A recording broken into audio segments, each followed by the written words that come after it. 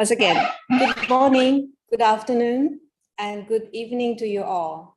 My name is Michiko Yoshida from the International Office of International Affairs and Global Network, and I'm Director of the Global Networking and Engagement, Chulalongkorn University. Welcome, and thank you very much for joining us today's event, the Social Innovation Pitching Competition under the APRU SDG Education for Global Citizenship Program, which promotes intercultural, transdisciplinary, and interactive learning. My warmest welcome to our APRU students, colleagues, partners, and friends across the Pacific Rim, a very diverse group of participants from different time zones. Allow me to make a few technical announcements from the organizers. Kindly note that we are live streaming today's event by YouTube to reach out to a larger audience. The link is now in the chat box. Please feel free to disseminate the information to your friends and colleagues so that you can share your experiences in real time. The program's official Zoom background is now showing in the chat box as well, in case, especially the students, if you haven't applied them to your background profile. For the students, the pitching students teams, please be reminded that you'll be responsible for sharing your pitching materials on screen during your presentation slot so that you can share your materials directly. For this reason, please change your Zoom ID name to teammate name plus your first name. You now see the examples in the chat box as well. If you see any technical issue, backup support will come from our Chulalongkorn University team. Thank you for your kind attention. Now, without further ado, may I now invite Dr. Paula Ardiles Gamboa. Now, may I invite Associate Professor Dr. Nakawachala, Assistant Vice President for Global Engagement, Chulalongkorn University, to give welcome remarks. Please welcome Dr. Worakwapa. Thank you, Michiko. On behalf of Chulalongkorn University, it gives me a great pleasure to welcome you all to the Social Innovation Pitching Competition today. As the Assistant Vice President for Global Engagement, my key duties include connecting global partners with Chulalongkorn University to strengthen our service to the society through innovations. Chulalongkorn University is dedicated to initiate and support new collaborations in research, teaching, and engagement to make a difference in society. However, we cannot achieve this mission without partnerships at national, regional, and international levels. At the opening of this program, President Bandit Apon stated, and I quote, "When the world is undergoing critical transitions that demand the resolution of interconnected challenges, universities as key institutions of higher learning have a clear responsibility to enhance inclusive culture with respect for diversity."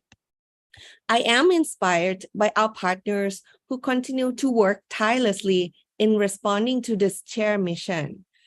Since its launch at the APRU Annual President's Meeting in July 2022, the APRU SDG Education for Global Citizenship Program has come a long way.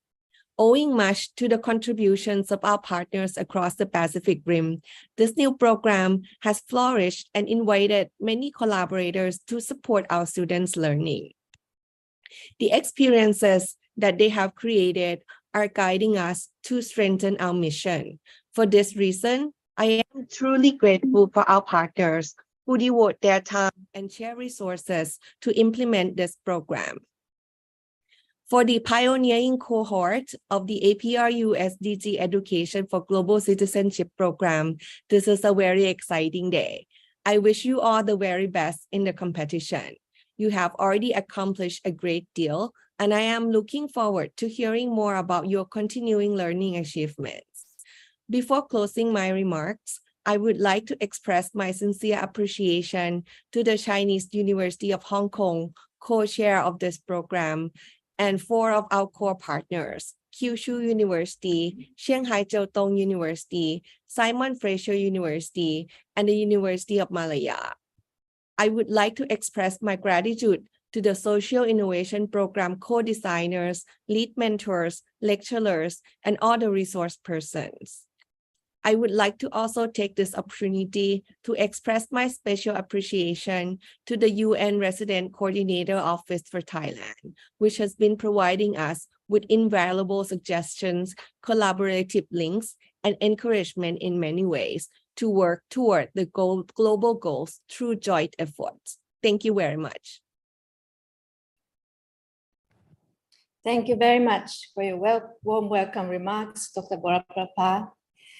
Next, it is my pleasure, while waiting for our social innovation lead mentor, Dr. Rona Kong, it is my pleasure to invite Dr. Paula Ardiles to say a few words.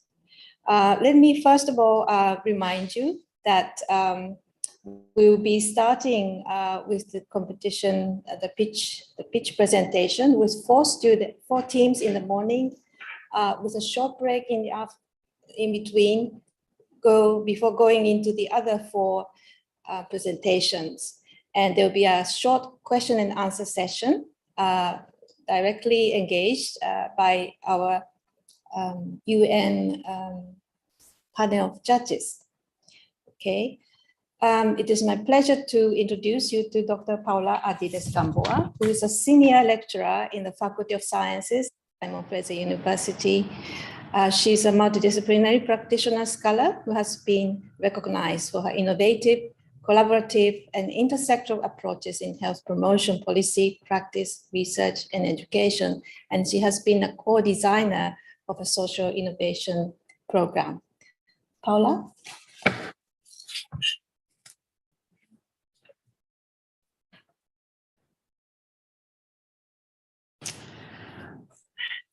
There we go. Thank you so much, Michiko, and for the kind introduction and everybody that is present here today. On behalf of the co-designers, I just wanted to a warm welcome to everyone today, especially to those lead mentors and to the students that have been working very hard to work on collaborating and innovating for the challenges that we have ahead. And so I think it's very exciting that after all these months of working together and collaborating and planning, that we are here today to see the outcomes of the ideas that you've been able to put together, the learnings that you have done together. And as co-designers, we're really excited to see where we are today, and that we hope that you've really enjoyed the process of working across many different cultures, many different time zones, embracing all of the challenges in trying to unpack some of the complexity around the SDGs and what social innovation tools can bring to understanding how we all have a role and a responsibility in creating a better future. So thank you so much again. We'll have some more words from Professor Roney in a few moments. But for now, I just wanted to say, welcome to the competition. We're finally here, yay. And it's my pleasure to turn it over to Team A. And just a reminder that you will have 15 minutes for presentation, and at 10 minutes, you will hear a bell that will just be your 5-minute warning so that you can start wrapping up. Okay, and good luck to everybody. We're really excited to have you here at this moment.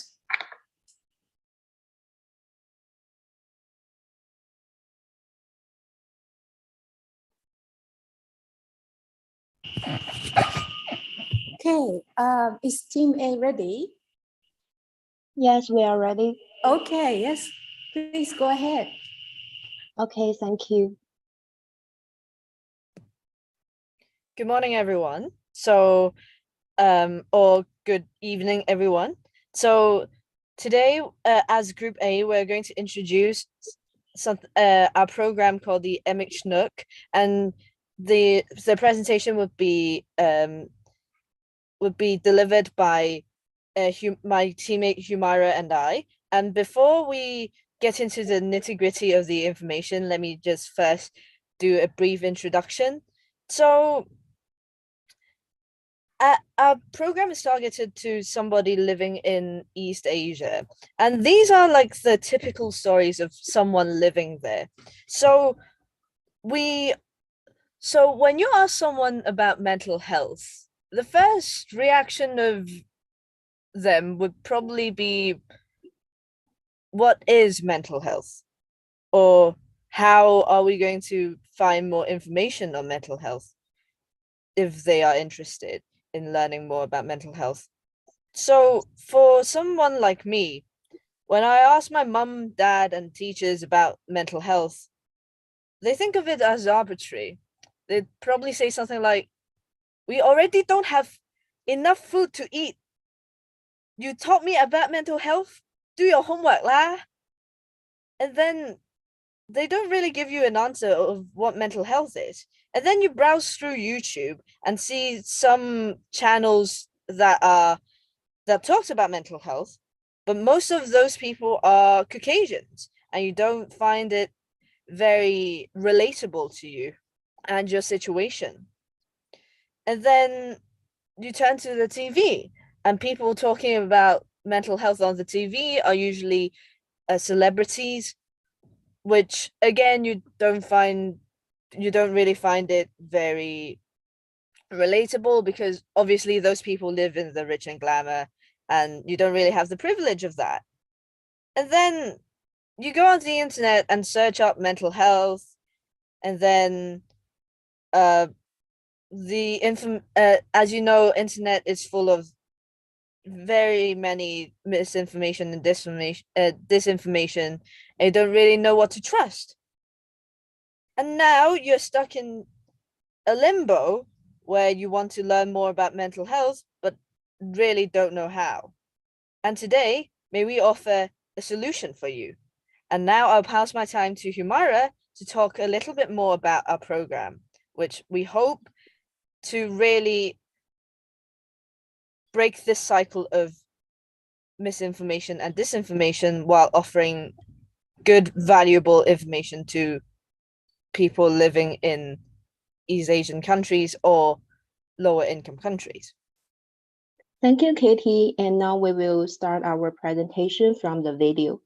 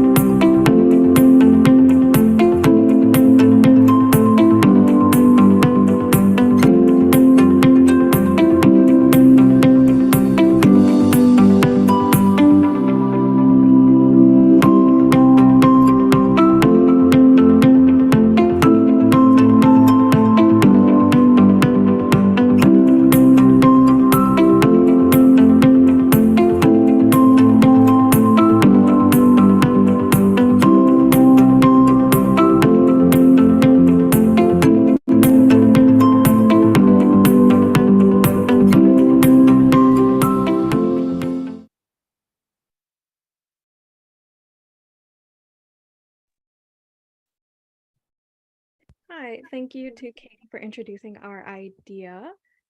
So while we get the slides up, our idea is called MH Nook.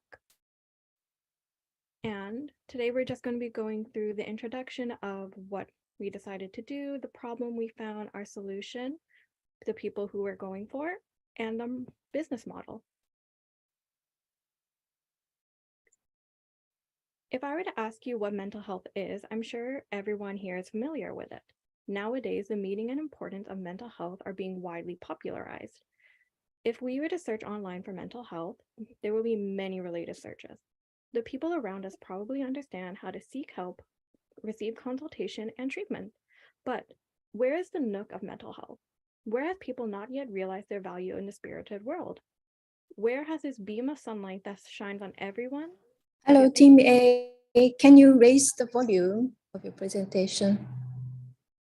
Okay, sure. Is this better? Yes. Yes, you Okay. can start again. You can start again from the beginning. A little louder, please. Thank you. Okay, sorry about that.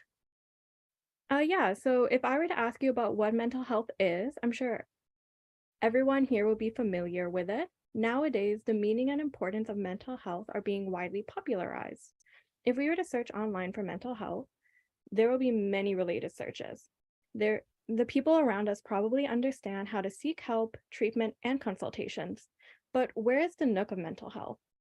Where has people not yet realized their value in the spiritual world? Where has this beam of sunlight has yet to shine on everyone else? The answer will be soon given. And before getting to that answer, let me introduce you to MH Nook. It is a website to provide accessible mental health knowledge and programs for low-income populations. Our tenet is no one should be left behind and everyone can be happier. The current problem we found is that even though the importance of mental health is constantly being emphasized, low-income populations are still ignored in this field, typically in East Asia. As a result, some people in this group suffer or potentially experience psychological pain but are unable to receive assistance, which can lead to certain problems such as suicide or crime. There is limited conversation around mental health and fewer services and affordable resources around mental health for low-income people. Due to cultural stigma and lack of resources, people may avoid mental health conversations altogether. This leads to a decline in mental health literacy, which in turn limits the amount of resources available and their ability to participate in mental health conversations. With a lower mental health literacy, people may not be able to understand the current information available. When looking at current services, the information about mental health, they're all targeted at either people with background knowledge of the field or people who can pay for the service. Our solution is to design a website as a platform that combines mental health knowledge translation and resources. Firstly, the website will provide basic mental health knowledge, topical workshops or lectures such as employment, education, or marriage for young adults transition to adulthood. This knowledge translation will be done online and offline according to the situation. Also, we consider using knowledge transitions, questionnaires, and professional booklets to resolve stigma and misconceptions. With our progress and data collection, in the future step, we will provide professional consult, peer support, and a self-better app to make it more convenient and specific to the client to solve their problems. Our initial target population are low-income young adults in urban East Asia. With rapid urbanization, 64.3% of East Asia lives in urban settings, and 14.56% of East Asia is low income. That is a little over 1 billion people living in urban settings and over 240 million people living in low income. So this group is both in need of help and a more feasible attempt. For our business model, we plan on partnering with psychologists to ensure that we are creating a space that is inclusive and to help assist with knowledge translation. By partnering with social welfare organizations and local governments, we can create programs that are able to be integrated into communities and have support from organizations. Our goal is to create a website that is for people with limited mental health literacy, so our focus will be on creating low-cost or free psychological services with an emphasis on social value.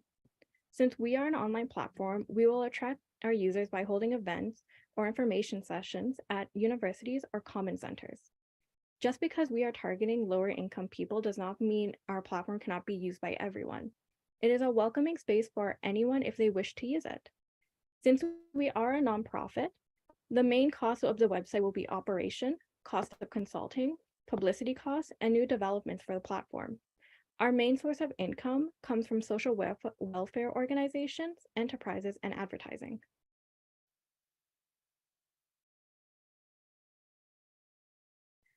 And we are equipped with some of these proprietary tech.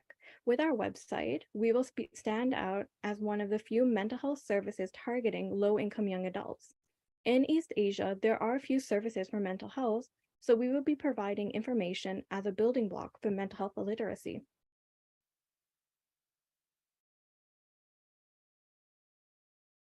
The most competitive points we have are, firstly, our client is in the nook of the mental health industry. They need service and it is time to offer the beneficial but free help. Secondly, our product format is creative. There is seldom public welfare website that can provide both information and on-site services in the current market. Most importantly, following the UN's goals, we are sustainable. That means our program starts from the most basic part, but will eventually grow gradually and widely so it can continue to be sustainable. We will try to help everyone forever or as long as we can. The last point is that other subjects can indirectly benefit from us, such as psychology, sociology, and related personnel who serve as volunteers or mentor teams. Secondly, when the mental health literacy of the bottom class people improve, so does their physical health, work status, emotional models, and even their outlook on life. This will form a good political, economical, and social cycle.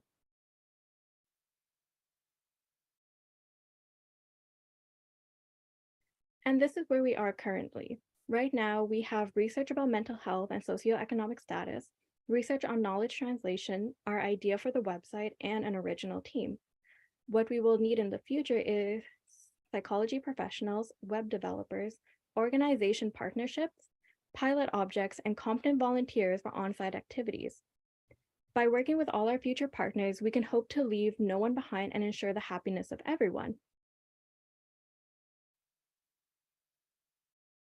And this is our team. We got a great mix of psychology students, public health, information management, sociology, arts, and design.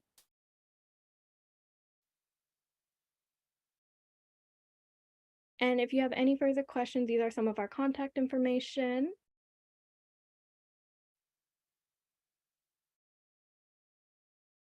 And thank you for listening. And now if you have any questions.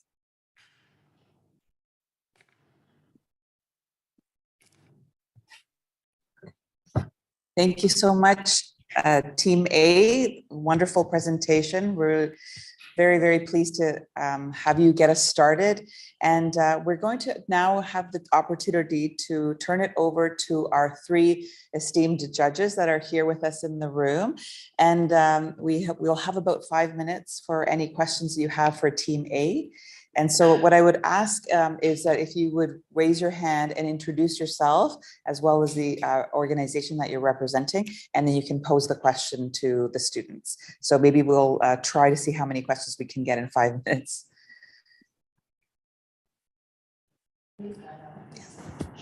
And just, yeah, if you could introduce yourself, please. Thank you. Okay, thank you. Thank you for the presentation. My name is Nishakan. You can call me Kade. I'm working as Youth Engagement and Social Innovation from UNDP Thailand. So I have a question about your target because you mentioned about your target are the low-income people, and you said that your service are designed for them, like low-income people. So can you give us more specifically on kind of like, because when you mention low-income people, they are like various type, like people who work day to day, or maybe it's monthly, something like that. So the low income people is still very broad. And when you said you are designed for low income young adults, what did you design for them? Is it only like the price is cheap, the website is available for everyone, or what are specific design that is matched with low income people? For example, maybe you have economic incentive for them or any other things.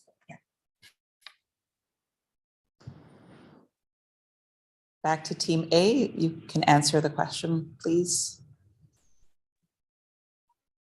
So thank you for the question. It's, I think, a very valid question. And for us, we try to sort of tailor the information to that target demographic, because as we mentioned during our presentation, there's a lot of information that's targeted towards mental health, but not necessarily catered for that specific demographic or the struggles that they're experiencing. So by filling in the gap of information for those people, we hope to sort of spread information on mental health so as to help them be informed about their mental health and improve on their mental health. And if my group mates have anything to add on.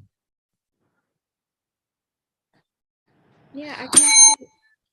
Okay, I think we have time for one more question, please. And just introduce yourself, please, when you ask.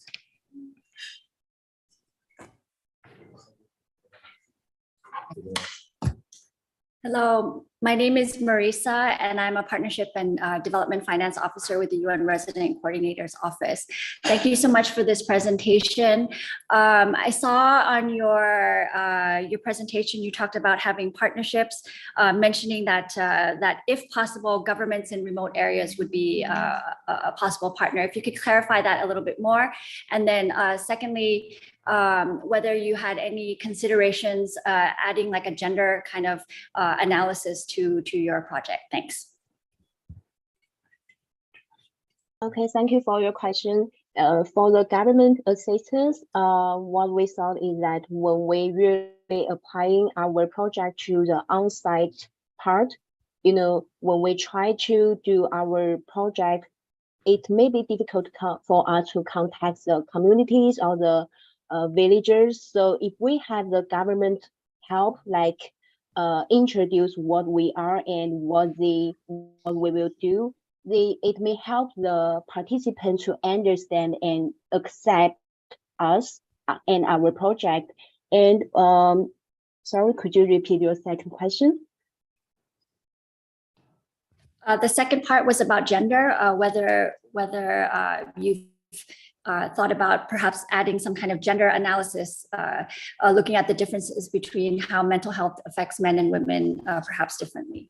Yeah, like in our presentation, we introduced that we may give some topical workshop or the lectures aimed at some specific topic, let's say the marriage or the work or the education and so on. So in these areas, we will consider the gender difference, and then according to the data or the situation and also the participants' opinion, we will design specific different activity, or we will really consider something that need to be considered according to the gender difference. Did this answer your question? Yes, thank you very much. Thank you. Okay, thank you so much, Team A. Congratulations for getting us started. We love the focus on mental health, such an important priority these days. And so now we'll have the pleasure of going to Team B. If you could get us started. And again, 15 minutes to present, and then we'll have about 5 minutes for Q&A. Hello, everyone. My name is Iris. Let me just quickly share my screen and start the presentation.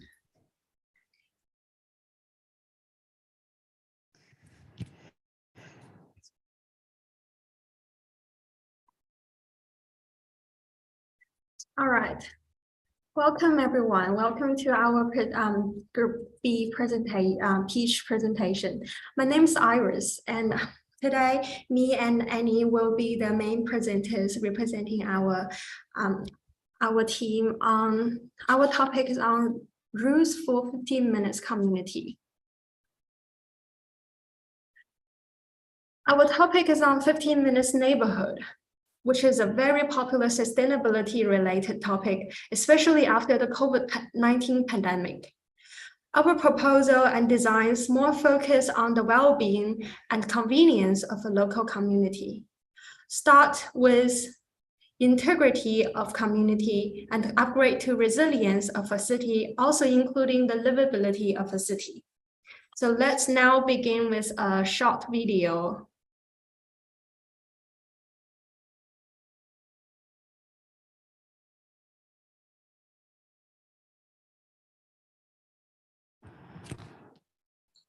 There's no sound. There is no sound. Can you start sorry. again, please? Thank you.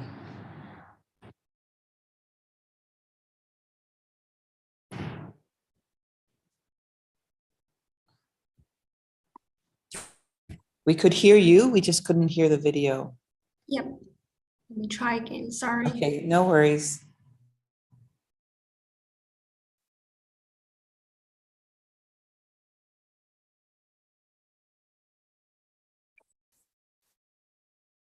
Are you able to hear it now? No. Sorry about that. I will put it I think you need to share, maybe share the whole screen. What is it? You should stop sharing your slide once, and when she shares again, there will be a box. Do you want to say that? Well, we have a person in the room that's going to help. So maybe just stop.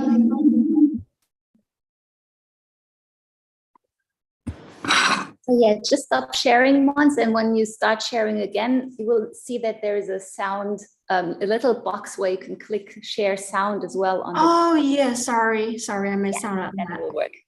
Yeah. Sorry for interruption. I'll resume it now.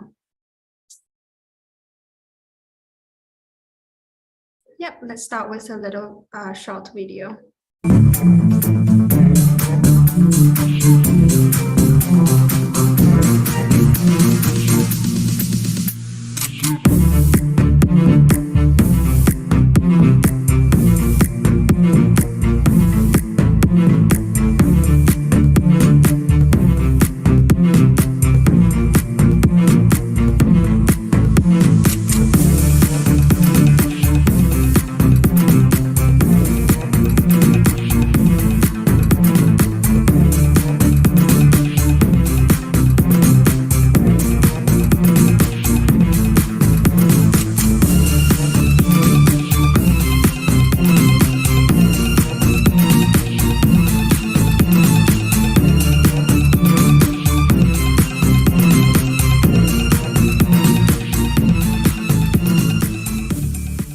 Walkability and riding flexibility is absolutely essential for a 15-minute neighborhood.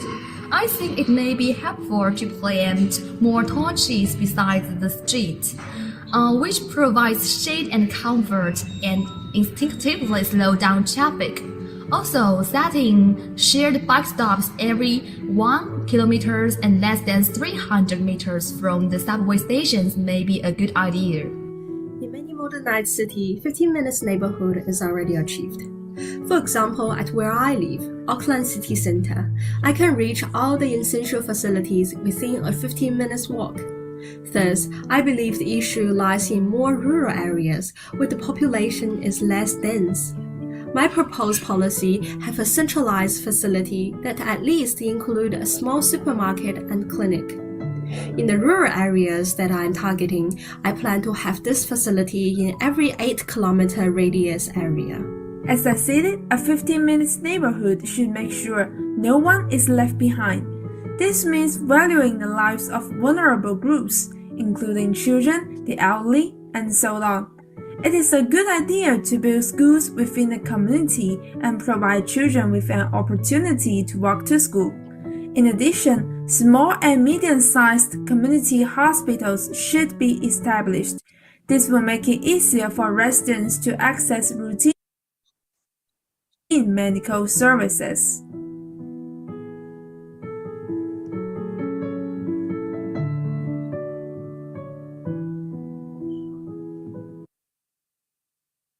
Thank you. There are a few proposals that our team has raised in the discussion and brainstorming stage, including construct a leisure place for all people and all age group in the community. This will increase the local well-being percentage. Another proposal is to create more diverse and affordable homes, such as homes for the homeless people. Next is creating more community health and well-being facilities, such as building more local clinics and emergency facilities. Creating more well-connected paths, streets, and spaces is also another proposal, which can encourage people to take more public transport, walking, and cycling. We also proposed that the local government could help with local economics by keeping more jobs in the area. Also, putting the schools in the heart of communities could ease more families on transport. Having a good free space in the community is essential for the environment. The quality of local food and production are also very important for people's health and well-being. Our team have raised many instances that could achieve a 15-minute neighborhood and a better community, but we understand that these cannot be easily achieved within a short amount of time. Now, please let me introduce Annie for further discussions on our proposal. Okay, hi everyone. So I'm Anne. I'll briefly explain about the direction and purpose of our proposed solution with its 15 minutes neighborhoods. After the discussion, my team and I actually come up with few questions about the disrupt global health system due to COVID-19. So here are the 3 questions. So how can urban planning respond to the lifestyle change of the pandemic? And are there sustainable spatial planning strategies that will allow us to cope with similar public events in the future? And how can we create a healthy and low carbon lifestyle to improve people's health and reduce carbon emission? Okay, so let's move on to the next slide. Okay, so problem we come with a solution. Okay, so 15 minutes neighborhood is what we propose. So why 15-minute neighborhood? Let's look into our biggest enemy, COVID-19. So everyone knows that COVID-19 affects the global, and in response to COVID-19, this global health crisis, quarantines and lockdown measures were implemented by international and government health organizations to contain the rapid spread of the virus. Further measures including suspension of flight, avoidance of large gathering, and also social distancing and homeschooling of children and help in order to stay at home. While the WHO, and World Health Authority are actively working on containing the outbreak, such as a period of health crisis, has significant repercussion on human health and well-being, accompanied by psychological distress and related symptoms such as stress, panic, and anxiety in the general populations. Okay, so move on to the next slide. Okay, so about quarantine is actually a successful measure adopted worldwide in infectious diseases outbreak, as you know.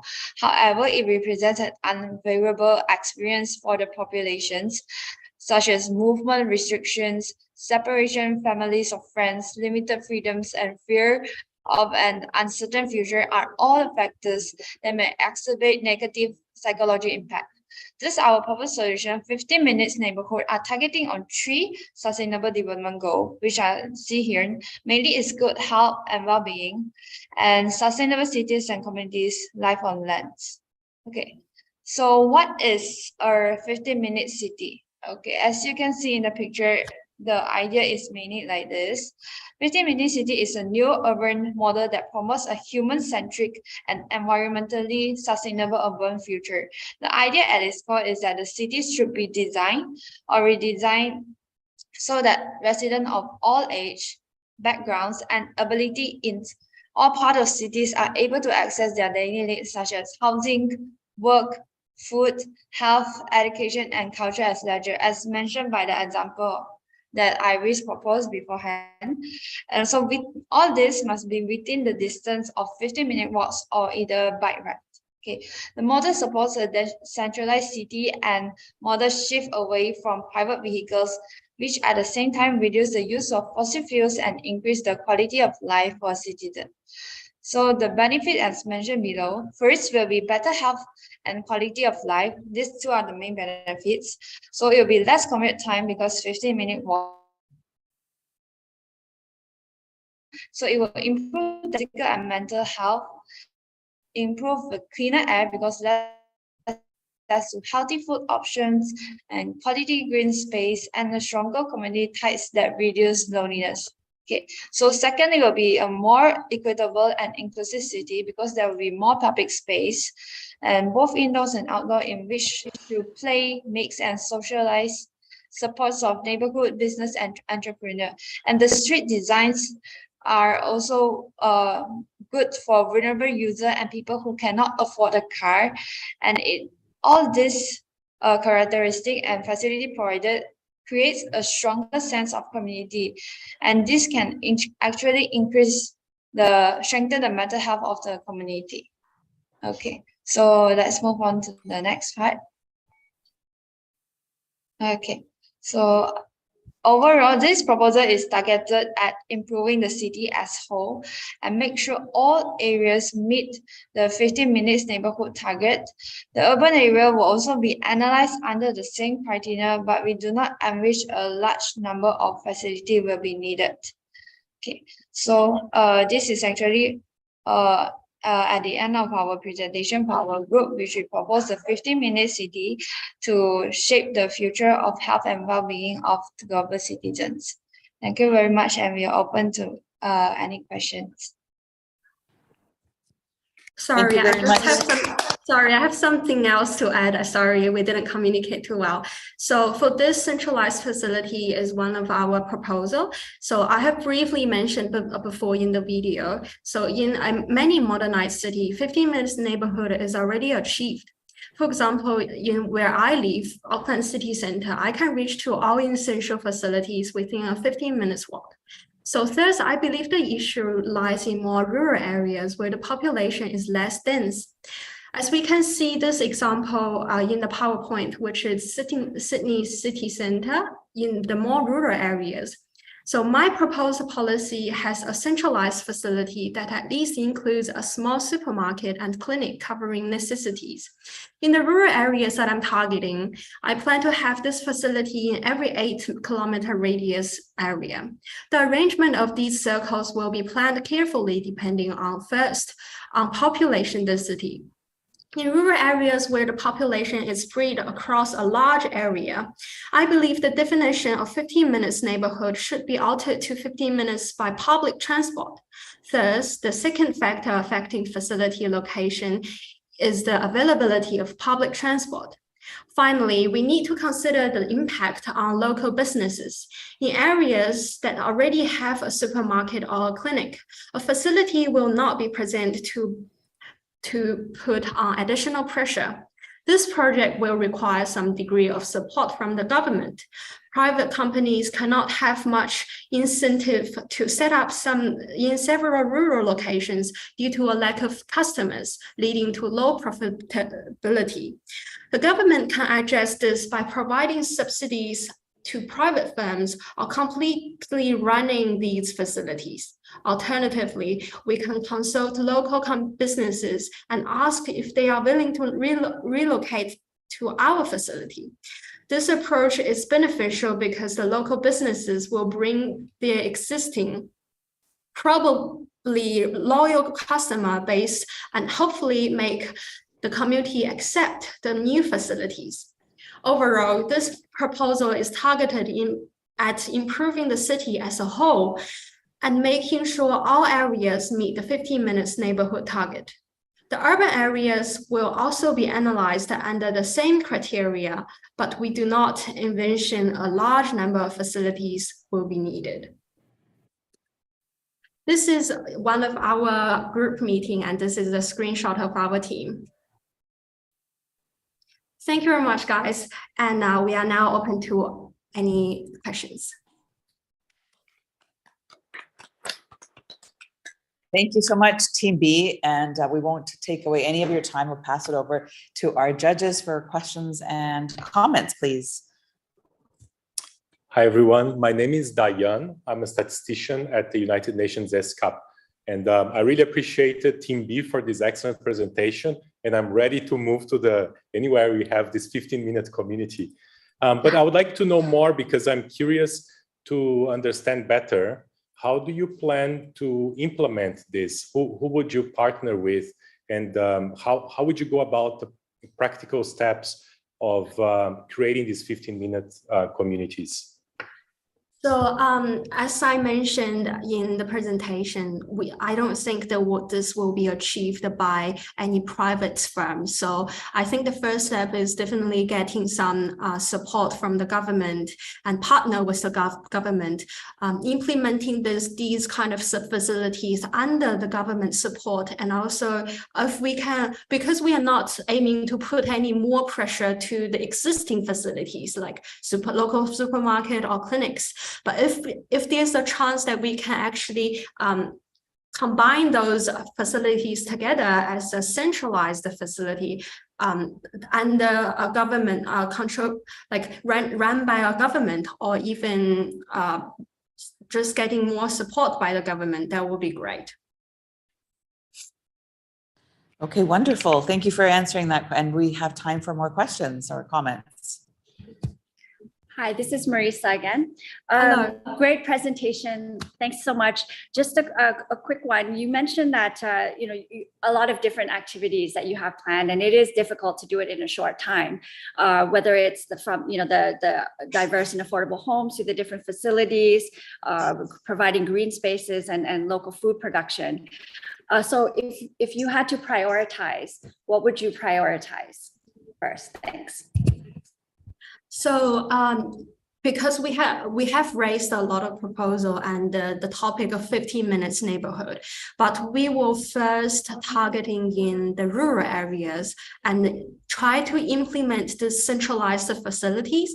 I understand there's a lot of proposals really need a lot of times and a lot of support from government, from communities, and from a lot of stakeholders, and it cannot be achieved within like a short of time.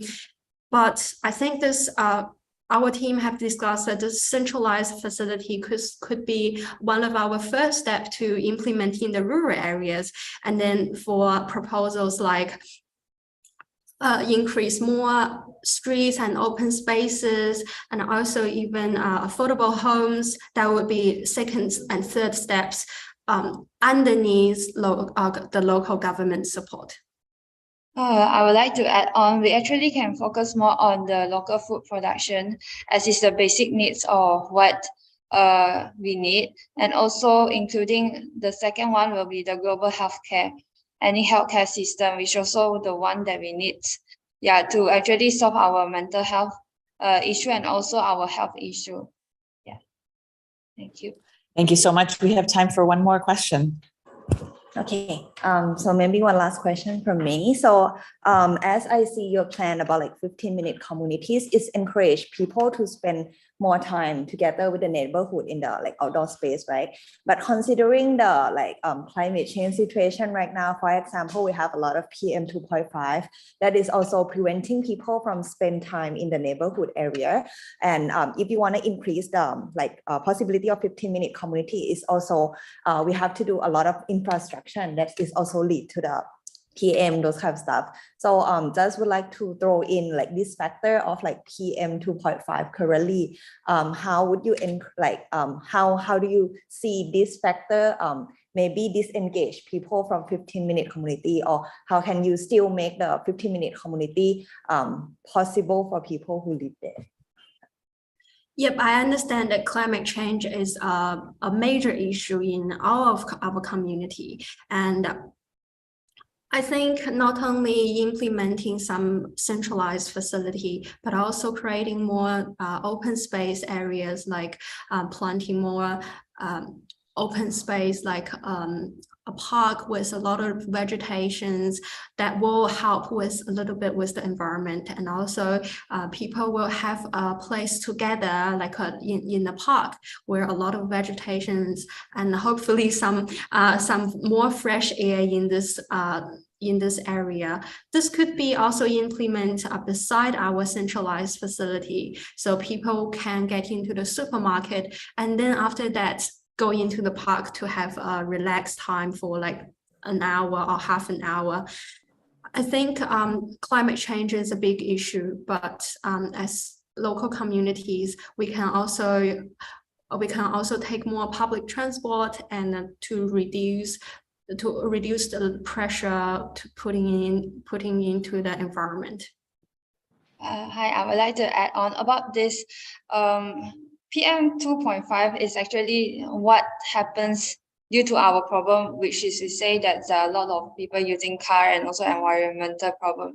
That's why if we could actually start with using masks first to avoid it, and what as Iris suggests, to involve community works, which is plant some things. It needs like individual work and neighborhood work to actually carry out the events, which is why we say we need collaborate with government, also community, to actually carry this out. So to carry this out, we only can slowly solve the problem of the environmental issues. That's why we are bringing the 15 minutes neighborhood out, because we already know the problem is happening now. But why if we don't encourage this action, it might be worsened. So that's why we thought of this kind. Yeah. Thank you. Thank you again, Team B, a big round of applause. Thank you very much. So from the mental health nook to 15-minute community, and now we move to the redress of climate injustice with Group C. And over to you. So hello everyone, I will start sharing my screen. So please wait some seconds.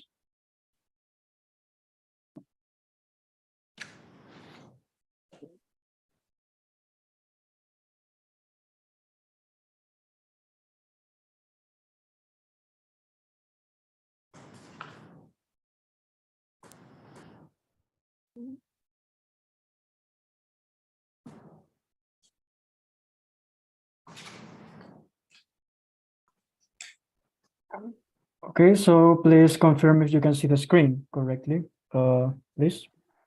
Yes. Okay, so I will start then. So good morning to everyone. We are Group C, and over the past 4 months, our team has been trying to find ways to redress climate injustice. And today, we would like to share our final results.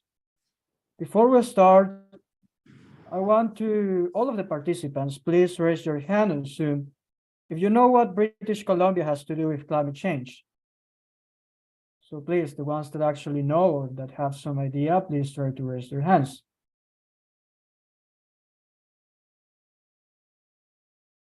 So I don't see that much hands, and thank you for that.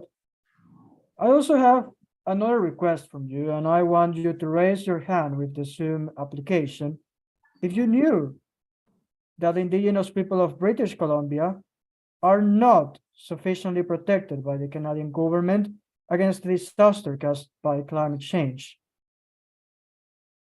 So I will please ask you to raise your hand if you know that, or if you knew that, or you have some previous knowledge on that. And again, I cannot see that much raised hands, which is completely okay, because that is something that we're going to explain today. So we are going to start with this presentation, and the first thing that I'm going to show is hello with everyone, and welcome to Group C's project. Sure. Through the last 4 months, we tried to redress. Sorry, can you confirm that you were able to hear the video? Yes, we can hear you. Okay, excellent. There's the climate injustice, and this is the final result. So first, our tagline for our project is to create an online and offline community for Indigenous youth of British Columbia in the fight against climate injustice caused by unfair institutions. So the status quo of our region of interest is that a newly released analysis by the Canadian Security Intelligence Service, CSIS, pointed out that climate change is threatening Canada's prosperity and security, and has identified British Columbia as a region of particular concern. According to the report, rising sea levels could cause irretrievable loss of infrastructure and even entire communities, with the potential to destroy significant parts of the westernmost province. And, unfortunately, those concerns are becoming a reality in British Columbia. This region was at the epicenter of climate change-fueled weather extremes, from dangerous heat and destructive wildfires to record-breaking rainfall and catastrophic flooding. And many in the region have suffered greatly from the impacts of those climate changes. Who are the most affected by these catastrophes? Those are the Indigenous people residing in British Columbia. Last year, Dr. Margot Greenwood from the Canadian federal government stated that the health impacts of climate change on First Nations, Inuit, and Métis peoples are interconnected and far-reaching. Climate change highlights and adds to existing inequities. According also to a review of work and health challenges of Indigenous people in Canada published last year, Indigenous people are experiencing intersectionality issues, in addition to having differential health issues related to a below-average socioeconomic status. Indigenous workers might also accumulate occupational and environmental exposures from industries that have settled close to their dwellings. Example, exposure to polychlorobiphenyls. So what are our rationales for this project? We believe that indigenous youth will be the solution to the health and unbiased future of the indigenous population. We believe in the power that the youth has. Thank you. Okay, so that was the end of our video. And essentially, we want to continue then with an explanation of the team members that have integrated this project. What brought us all together essentially was the interest in the impact of climate change on humans. Thanks to Junelle, especially, who comes from Canadian Indigenous ancestry, our team could see the focus on Canadian Indigenous population. So in order to provide some degree of a description of our members, first we have Chusma, and Chusma is a senior accountancy student from Chulalongkorn University, Thailand. She participated in many environment promoting activities over the past 10 years. She is a part-time ESG, climate change and sustainability consultant for a global corporation based in Bangkok, Thailand, as well as an UNDP Thailand Youth Climate Leader. She would like to see our world growing sustainably and that opportunity gets distributed to everyone. Then we also have Juwon, who is a senior in Korea University. She majors in Spanish language and literature and double majors in business administration. She has abundant experiences in developing business strategies and has won several awards. She became interested in health issues due to a recent participation in a case competition held by Korea University Hospital, where she won 3rd place. Then we have myself, Carlos, who is an economic and international relations student with a concentration in political science at the Universidad San Francisco de Quito from Ecuador, who is currently doing an exchange semester at the University of Mississippi. I am one of the editors-in-chief of the student journal El Outsider, and I have been involved in numerous initiatives on sustainability and climate change, with examples being a university simulation of the UNFCCC COP26 in 2021, the Sustainable on the Go Virtual Conference 2022 from York University, and the APRU Student Global Climate Change Simulation of the previous year. Then we also have Junelle, who is a really special case and also one of the biggest promoters for this project. She is a health sciences student at Simon Fraser University of mixed indigenous ancestry, being of Cree, Métis, and settler backgrounds. She currently works in what is now known as Melbourne, Australia, which are the sovereign lands of the Wurundjeri Woi-wurrung and Bunurong Boonwurrung peoples of Eastern Kulin nations. She studies and lives on the unceded territories of the Musqueam, Squamish, and Tsleil-Waututh nations in what is now known as Vancouver, Canada. And finally, we have Ricky Tian, who is an architectural sophomore at the Chinese University of Hong Kong, and the place where he is standing right now used to be a British colony, which was taken away from the Qing dynasty.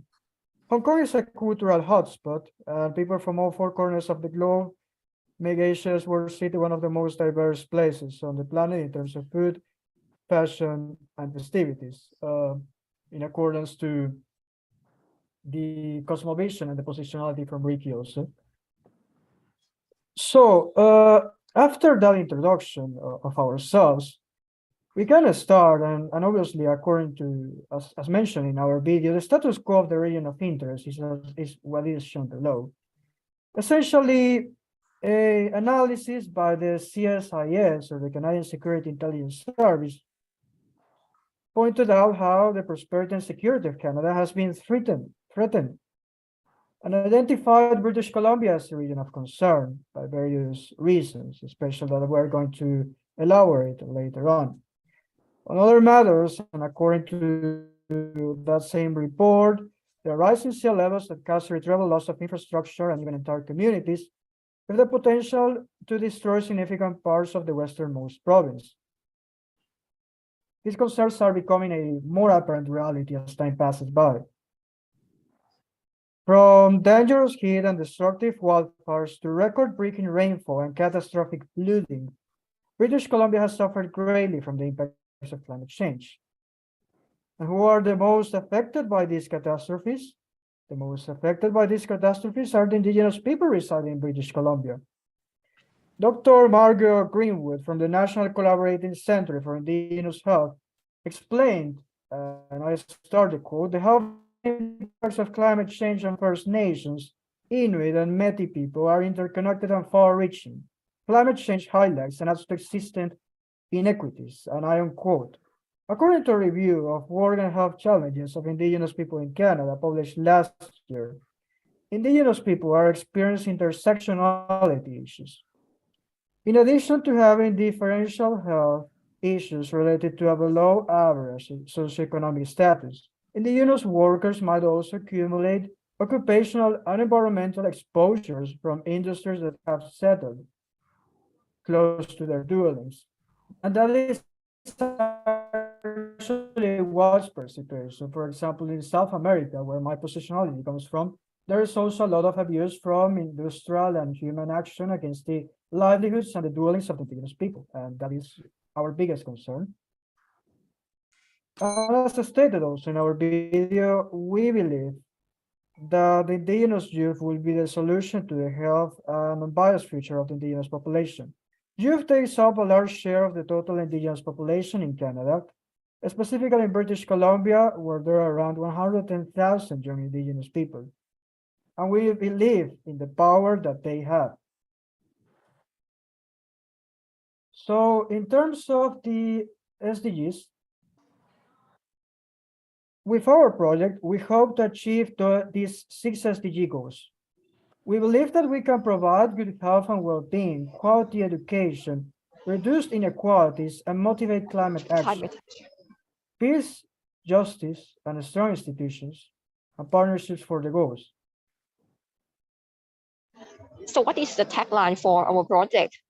It is to create an online and offline community for the indigenous youth of British Columbia in the fight against the climate injustice caused by unfair institutions.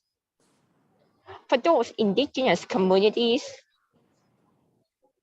the ability to conduct the business depends on having the access to basic necessities like clean water. They suffer ecological drift.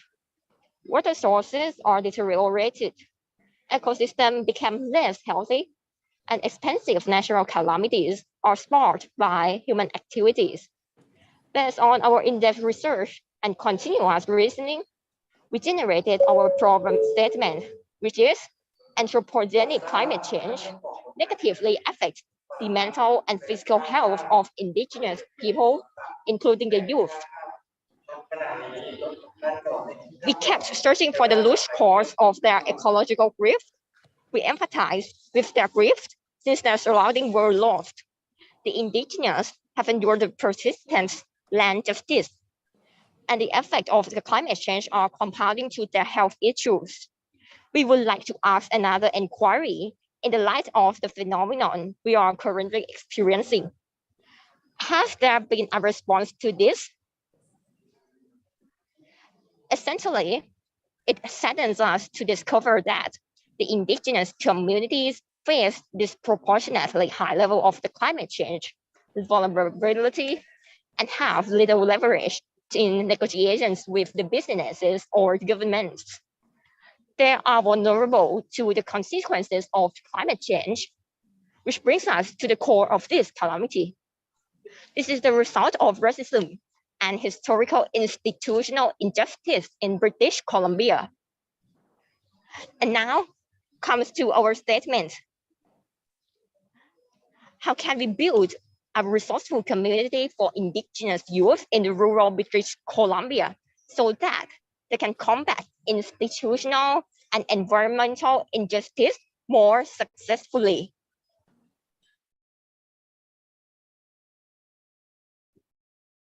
So our plan against this situation constitutes the creation of a community center. Its characteristics are threefold. First, depending on the community's access to internet, we'll provide in-person or online training on language and negotiation skills necessary for court proceedings and more effective political engagement. In addition, these courses and their certificates will hold value for future academic and professional applications and endeavors. Second, we will create a program to impart additional knowledge of customs and cultural land usage to young people so that they can learn how to use natural resources sustainably. Although our target audience are the indigenous youth, the center will function under the principle of full inclusion of everyone interested. And finally, we will establish a youth-focused community space where its participants can connect professionally, participate in advocacy work, and have access to materials for anti-colonial engagement. The center will function mainly via the contribution of volunteers and will seek the diffusion of know-how from experienced universities on the matter. Our risks for this plan are twofold. First, volunteers might be unable to participate in the project consistently. To address this issue, we will create volunteer reserves to ameliorate expected shortages. Second, we may lack funding to operate in the long term. Therefore, we will pitch to obtain sponsoring and know-how from the NGOs, especially organizations such as the Assembly of First Nations, the government, and even corporations that would like to have CSR or corporate social responsibility activities. And finally, our vision has three components.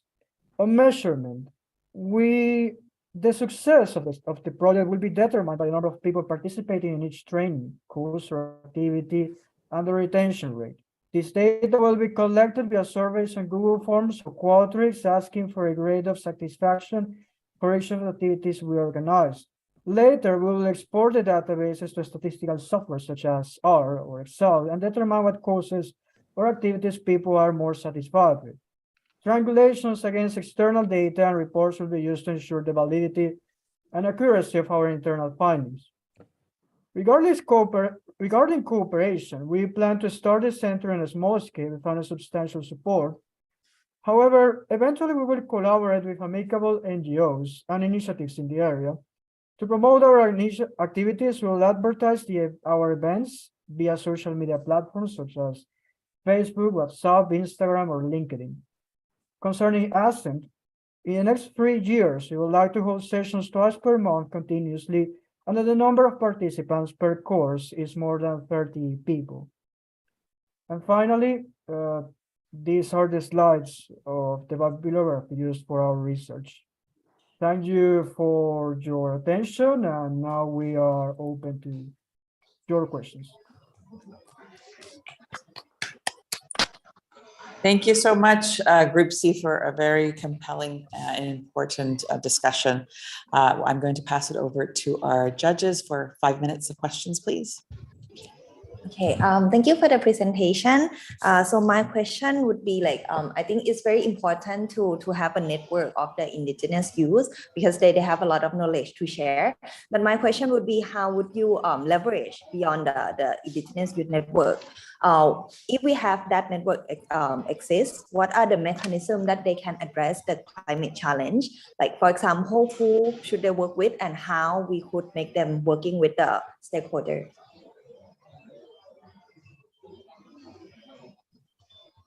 Okay, Chusma, do you want me to answer the question or do you want to answer it? Chusma. Oh, you can go first and then I will, okay, support you, okay. Okay, I will start myself.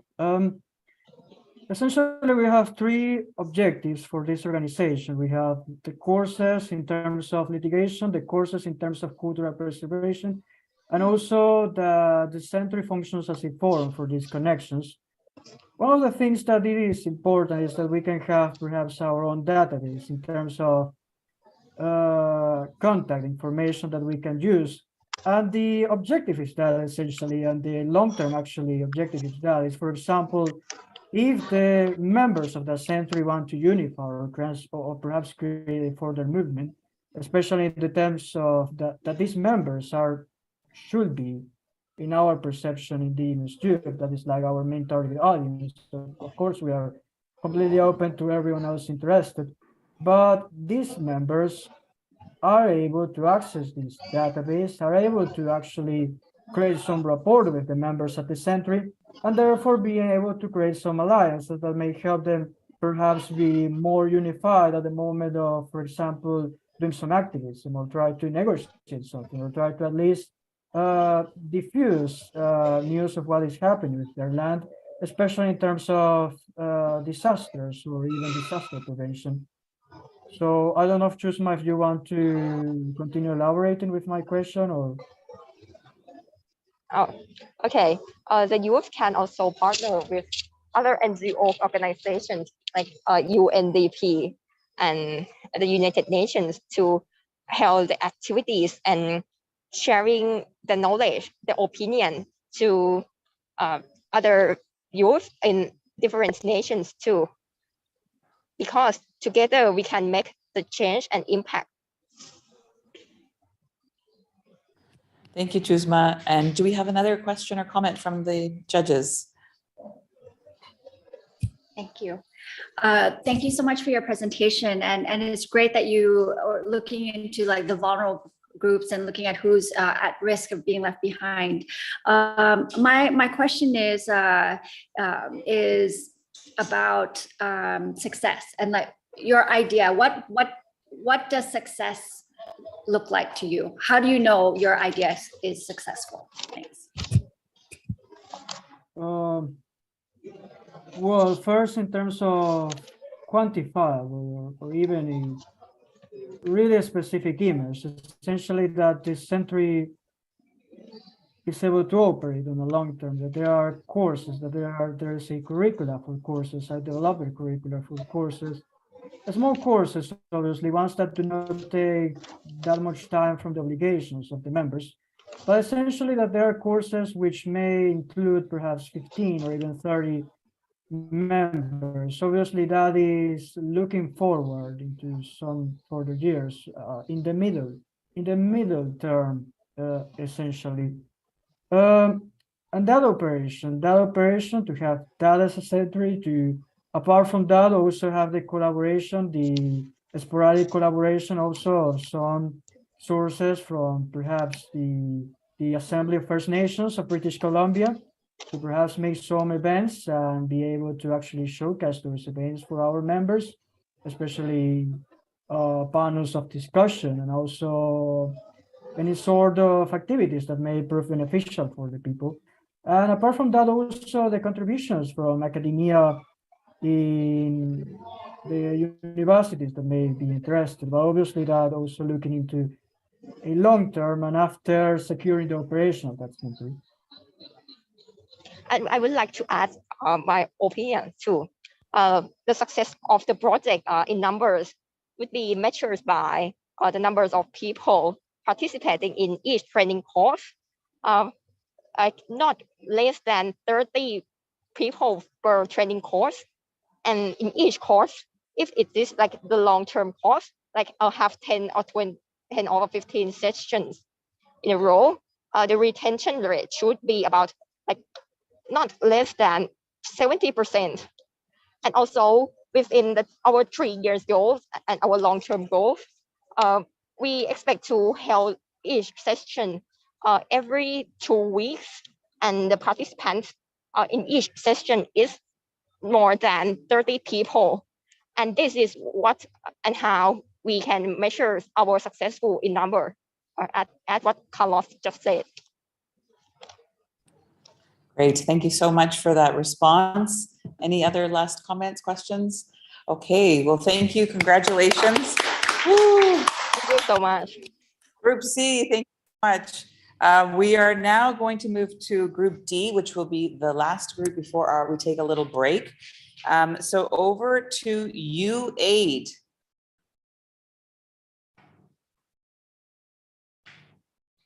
Group D. Hello, can you see my screen? Yes, thank you. Okay, that's nice. So good day. We are Group D with our mentor, Dr. Kian Wang, and our prototype aims to help address mental health issues among young adults and university students. Oh, one moment, please. We have a little bit of a tech issue. I can see you, sure. but others. Oh, we cannot see your PowerPoint. Oh, sorry. Okay, let me try again. There, can you see it already? Yes, thank you. Okay, You that's can start, nice. yeah, you can start again. Thank you so much. Okay, sure. So good day. We are Group D with our mentor, Dr. Kian Wang, and our prototype aims to help address mental health issues among young adults and university students. And these will be the contents of our presentation. For the first part, we will tackle about the current situation of mental health in young adults and university students. And based from the researches that we have found, we are going to focus on the 18 to 25-year-old age group. The group chose this topic since mental health issues among college students tend to have high amount of cases, especially if compared to other age groups. In fact, a research from the US Department of Health and Human Services show that any mental illness and serious mental illness, or AMI and SMIs, are most prevalent in the 18 to 25-year-old age group compared to others. AMIs are defined to be mental, behavioral, or emotional disorders, while SMIs are mental, behavioral, or emotional disorders that could interfere with their function and activities of an individual. Another reason for why this topic is necessary is because the age group that we are discussing right now tend to be a common age of onset for mental health disorders. As seen from this graph by our World in Data, the age of onset for depression is at 19.5 years. And according to research, people diagnosed with chronic depression tend to have other conditions alongside it, and many have already been diagnosed even before they turn 25. In line with this and the recent pandemic that we have experienced and recovering from recently, mental health problems have generally increased during the COVID-19 pandemic, since it brought numerous stressors such as death, health complications, loss of jobs, financial difficulties, separation, and even isolation. For young adults, there have been an increase of cases of social isolation and disconnectedness caused by the closure of universities, colleges, and places to socialize. These have caused feelings of anxiety, uncertainty, and loneliness.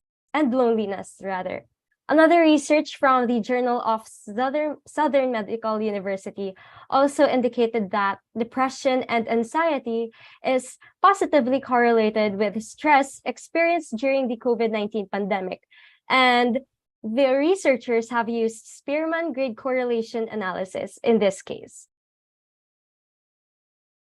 Another research shows that during the pandemic, the percentage of college students who have experienced emotional impacts have higher percentage compared to that of high school students. So in this graph, you can see that college students have relatively higher cases or percentages of students who have experienced emotional impacts such as stress or anxiety, disappointment or sadness, and even loneliness or isolation.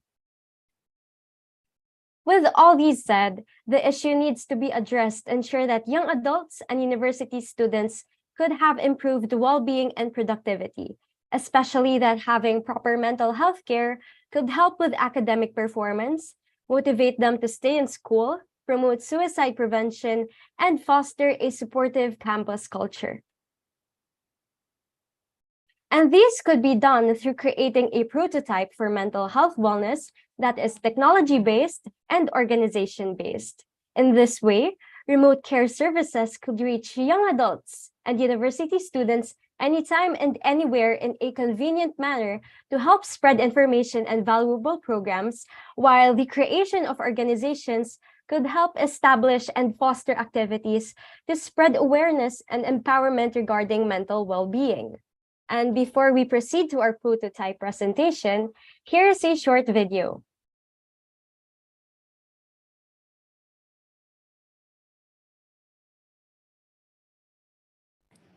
It looks like we don't have sound again.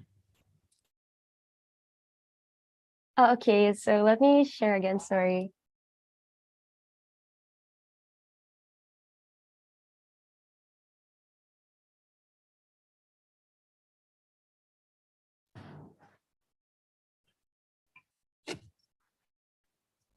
Let me share my screen so everyone can see the video.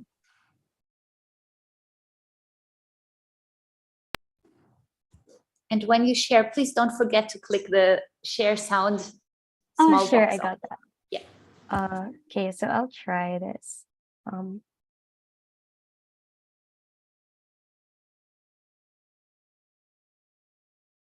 We still cannot hear, unfortunately. So when you start sharing your slide again, when the box opens for choosing which slide, there is also a very tiny box which says share sound, and probably on the left bottom of it. Oh, yeah, I can see it now. Let me try Just it click again. that one. Okay, sure. Next chapters of their life is a time of constant adjustments and pressure that may lead to discouragement. But during the pandemic, worsening situations and social isolation have added up to what they are already experiencing, leading to issues regarding their mental health. This issue should be addressed to ensure that students and young adults could make the most of their abilities to achieve their goals and pursue their passions.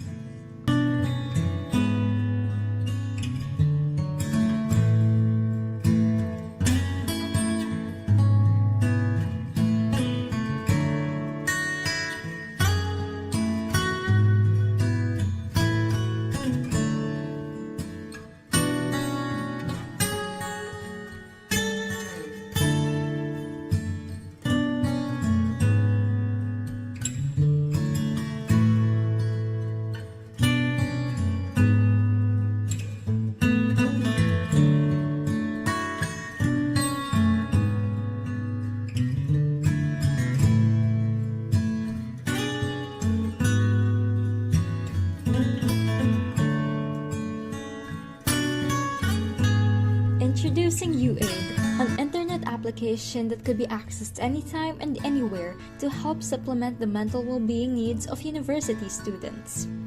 A project by the UAID organization, this app aims to provide not just informative materials, but interactive activities and social groups as well, serving as a platform for university students to interact, feel included, and share moral support. In the application's community station, people could interact with each other similar to social media platforms. Doctors and students alike could take part in asking questions and receiving help through the forums. More than the application, the UAID organization continues to live out its mission through finding volunteers who are willing to be on the front line and helping young adults. Members of the organization will exert their efforts in creating multiple programs and methods for patients to seek for help, as well as in arranging mental health lectures and seminars. Here in UAID, we value professional care, mental health awareness, and close connection between doctors and patients.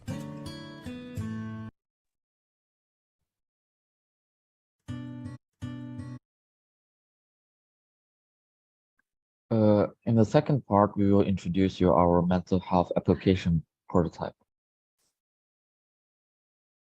Our ideas about prototype is a website called UAID or YouthAid. This app can be created to form a community for those who are facing mental health issues and those who need help. This website contains two feature sections, which are official news or information about mental disorders, and the community stations like Facebook, but mainly about mental disorders.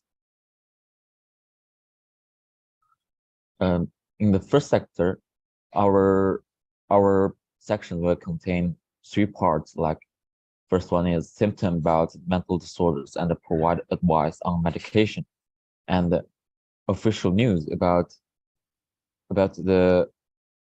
services or policies in different countries for mental disorders, and the nearest location of hospital or medical agencies for mental disorders treatment.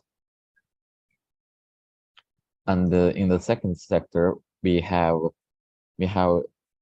for people like without medical background to talk about their stories about mental disease and find someone with like conditions and seek solace. And we have a different chat group for people at different age, like contents that people contents that people posted must be reviewed before published. And also we have, okay, you can show next slide.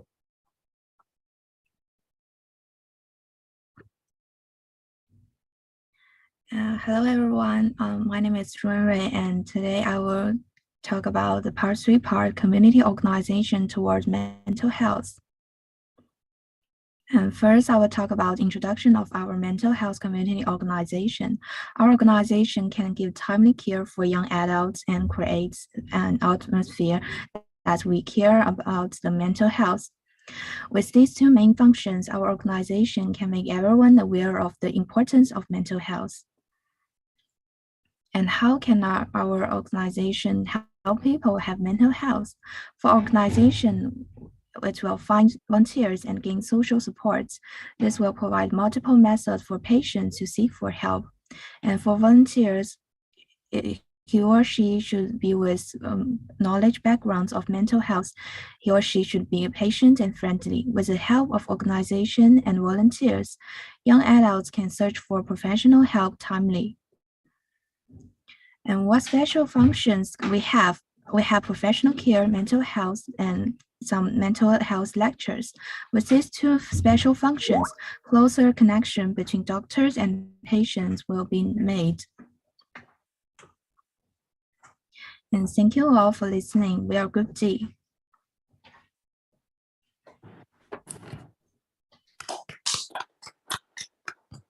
Bravo, Group D. Bravo. We're very excited to hear your ideas and your presentation. Really well done.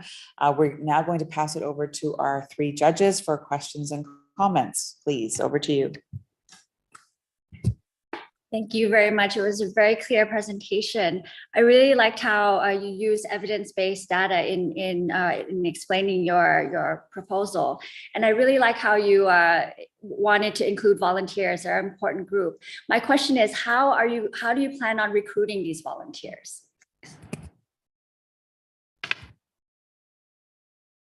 Hello, so I can add an input into this. So since we are running as an organization, so a lot of youth volunteers, or for example, doctors or medical students are really willing to have internships or involve themselves in extracurricular activities.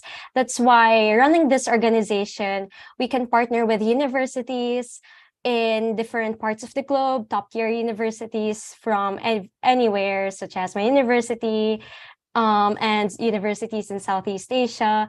And in that case, we can recruit, for example, university students who would want to foster and who are willing to foster a supportive system of students that could help promote mental well-being. And we can also give a platform for medical interns to practice and share their knowledge and talents and passion with us through practicing their profession in our organization and reaching out to university students and young adults who are in need of mental health care. So that's how we are going to run as an organization.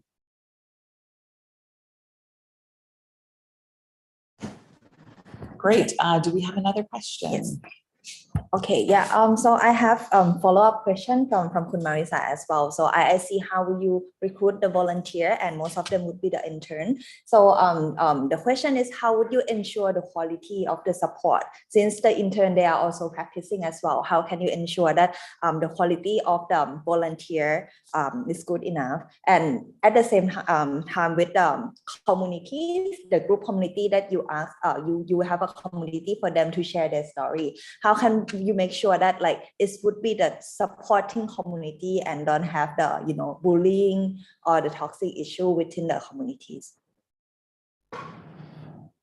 So in our application, especially in the forum, so the group have discussed that we will be providing like a sort of monitoring procedure and also a peer checking articles, for example, because and in that way we have to recruit professional mental health and professional mental health care providers, such as doctors, psychologists, and even consultants in the professional industry. And in that way, they could help peer check and monitor the organization that we are running in a proper manner. Nothing is being triggered and chat groups are being monitored. And even articles will be peer checked that every information is timely and correct. And since this is a nonprofit organization, any funds that will be acquired could be such as donations and partnership proposals, monetary partnership proposals could be used to give compensations to the professionals such as doctors who are willing to become like board members of the organization to ensure that there is a unbiased and a professional way of running and monitoring the contents running around the organization and the application. Wonderful. Do we have any other comments or questions from the panel? No? Okay. Okay, well, I wanted to just a big congratulations to Team D. Thank you for your thoughtful presentations. I just wanted to say thank you to all of the incredible students who have come together today. I just wanted to give everybody a round of applause for all your great teamwork. I was very impressed with the thoughtfulness and how you worked together to tackle some of these really big problems of today's society that we need to really have young people like yourselves engaged to be able to solve these complex problems. I also wanted to give a shout out to all of the incredible lead mentors that supported these 4 groups. So I just wanted to name for the MH Nook, it was David Galipo from SDGX. Thank you so much, David, for all your mentorship and contributions. For 15-minute community, it was Dr. Kun Kiang from Kyushu University. Thank you so much for all of the guidance for the students that you provided throughout these months. And then for the redress of climate justice, Group C, that was mentor Ilhan Abdullahi from Simon Fraser University. Thank you so much, Ilhan, for your wonderful contributions, making sure that the community was centered in the work that was really reflecting the values and beliefs of Indigenous peoples. Also, we wanted to thank Dr. Kang Wang from Shanghai Chiao Tong University for the UAID. Supporting mental health for students is really critical. So we really appreciate all of your support for the students. And I just want to say a last thank you to the UN panel of judges. We will go into the round 2, but thank you for your very thoughtful contributions and questions. I think that the students really appreciated having that, your lens on those. And so we are going to be back in 10 minutes. So at 9:45 Bangkok time, we will get started with the second round. And now we will take a 10-minute break, and you can rest and take care of your own health and well-being. Take a little break. Thank you so much. We'll be back in 10 minutes.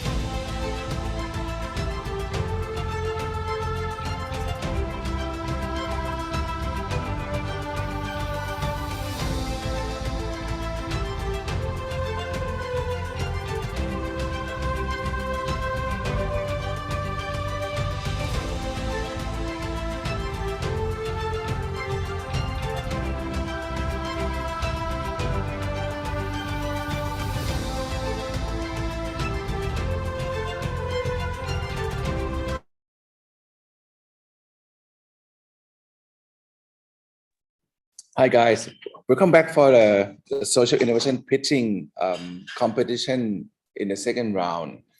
Now we have 4 teams left. Are you guys ready? I take it as a yes. So team E with the project title of Wisdom College. If you're ready, the floor is yours.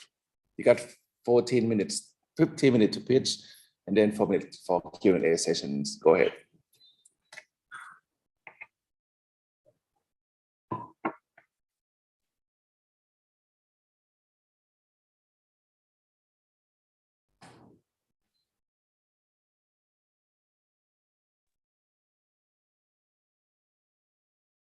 Mabuhay. Mabuhay everyone. Hello, I hope we're doing well. I am Ali and I am with Honor, Dylan, Salah, Fatin, and Jenny to showcase the Healthy Aging project that we have created together with the guidance of our mentor, Mr. Savi. And unfortunately, Lucy can't attend today, but we are here in behalf of her. Behind the vision of promoting healthy aging is the idea of establishing a community-based school that will center on intergenerational skills exchange and continuous building of social relationships to address the growing concerns on poor mental health in the elderly population. We have named this program the Wisdom College, providing a space for the elderly to enrich the diverse cultural knowledge and utilize their experiences to benefit the wider community. In here, elders and their wisdom can become the main agents of change in the society. And to instantly deliver a hint on the project's purpose, the first word of the program, which is wisdom, will be accurately translated in the language where it will be implemented. Of course, with the help of a local. For example, in the Philippines, it will be called Karunungan College. In New Zealand, it will be Mataranga, which is Te Reo Maori. In Chinese, it will be called 智慧学院. In Thai, it will be called Isarapap College. In my hometown Thai, it will be 智慧学院. In Malaysia, we call it as Bijaksana College. Okay, now let's hear from Jenny, the journey the team took to reach the final output. Thank you. Here is our journey from the beginning of the program till the end. In our group, we firstly identified issues in different communities. We found that during COVID-19, the mental health of elderly people in our families and communities was affected at a greater scale due to isolation and loneliness. This has become a global issue that hasn't been properly solved. Therefore, we looked at the existing programs for elderly people and pointed out several issues within the current programs. Based on this, we further created our social innovation. To come up with our solution, we then had a discussion about cultural differences. In the process of acknowledging the cultural differences between countries, we found the differences in family structures, governmental support for elderly people, and types of activities elderly people usually do. After finding out the barriers which prevent the elderly from fully integrating into the community, we finalized our solution that targets those issues. Next slide, please. Yeah. In the early stage of our research, we identified 3 main factors that contribute to poor mental health in the elderly population, which are loneliness, social exclusion, and loss of independence. Loneliness can result from living alone, especially if their family have moved away, having a partner or friend pass away, and no longer being able to participate in hobbies or go out to socialize due to loss of mobility or not being able to drive. Social exclusion can occur when elderly immigrate to a new country with their children while not familiar with the language, preventing them from assimilating or integrating into the new environments. Social exclusion can also occur due to hearing loss, which prevents them from participating in conversations and activities with a lot of people. Loss of independence is generally a result of loss of mobility, vision, hearing, or other disabilities. Elderly people who suffer loss of independence can hardly live alone without others' help, and accordingly, it may cause them to feel useless or like a burden. I will now pass on to Fatin. Okay, thank you, Jenny. So we urgently need to improve the mental health in elderly because currently we are heading towards an aging population, not just an individual or a community, but as a whole world.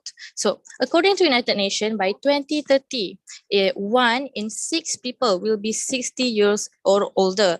So in China, Japan, Malaysia, Thailand, and even United States currently predicted to be increasing rapidly on aging population. So older people are often assumed to be frail or dependent. They are seen as a burden to a society, which can contribute to a poorer mental health. So mental health problems are common among seniors and may include isolation, loneliness, depression, anxiety disorder, dementia, and psychosis. So at least 1 in 4 older adults experiences some mental disorder, such as depression, anxiety, or dementia. Due to the population aging, the number of seniors with mental disorder is expected to double by 2030. So due to these factors, it is important that we focus on the healthy aging. So elderly make up a large part of our population and still hold a lot of utility as not only consumers and an integral part of community and social cohesion. So they have a wealth of knowledge. They have there's a plenty of experience to pass on the next generation. So we should ensure they have a good quality of life, as it will also benefit to everyone else in this community.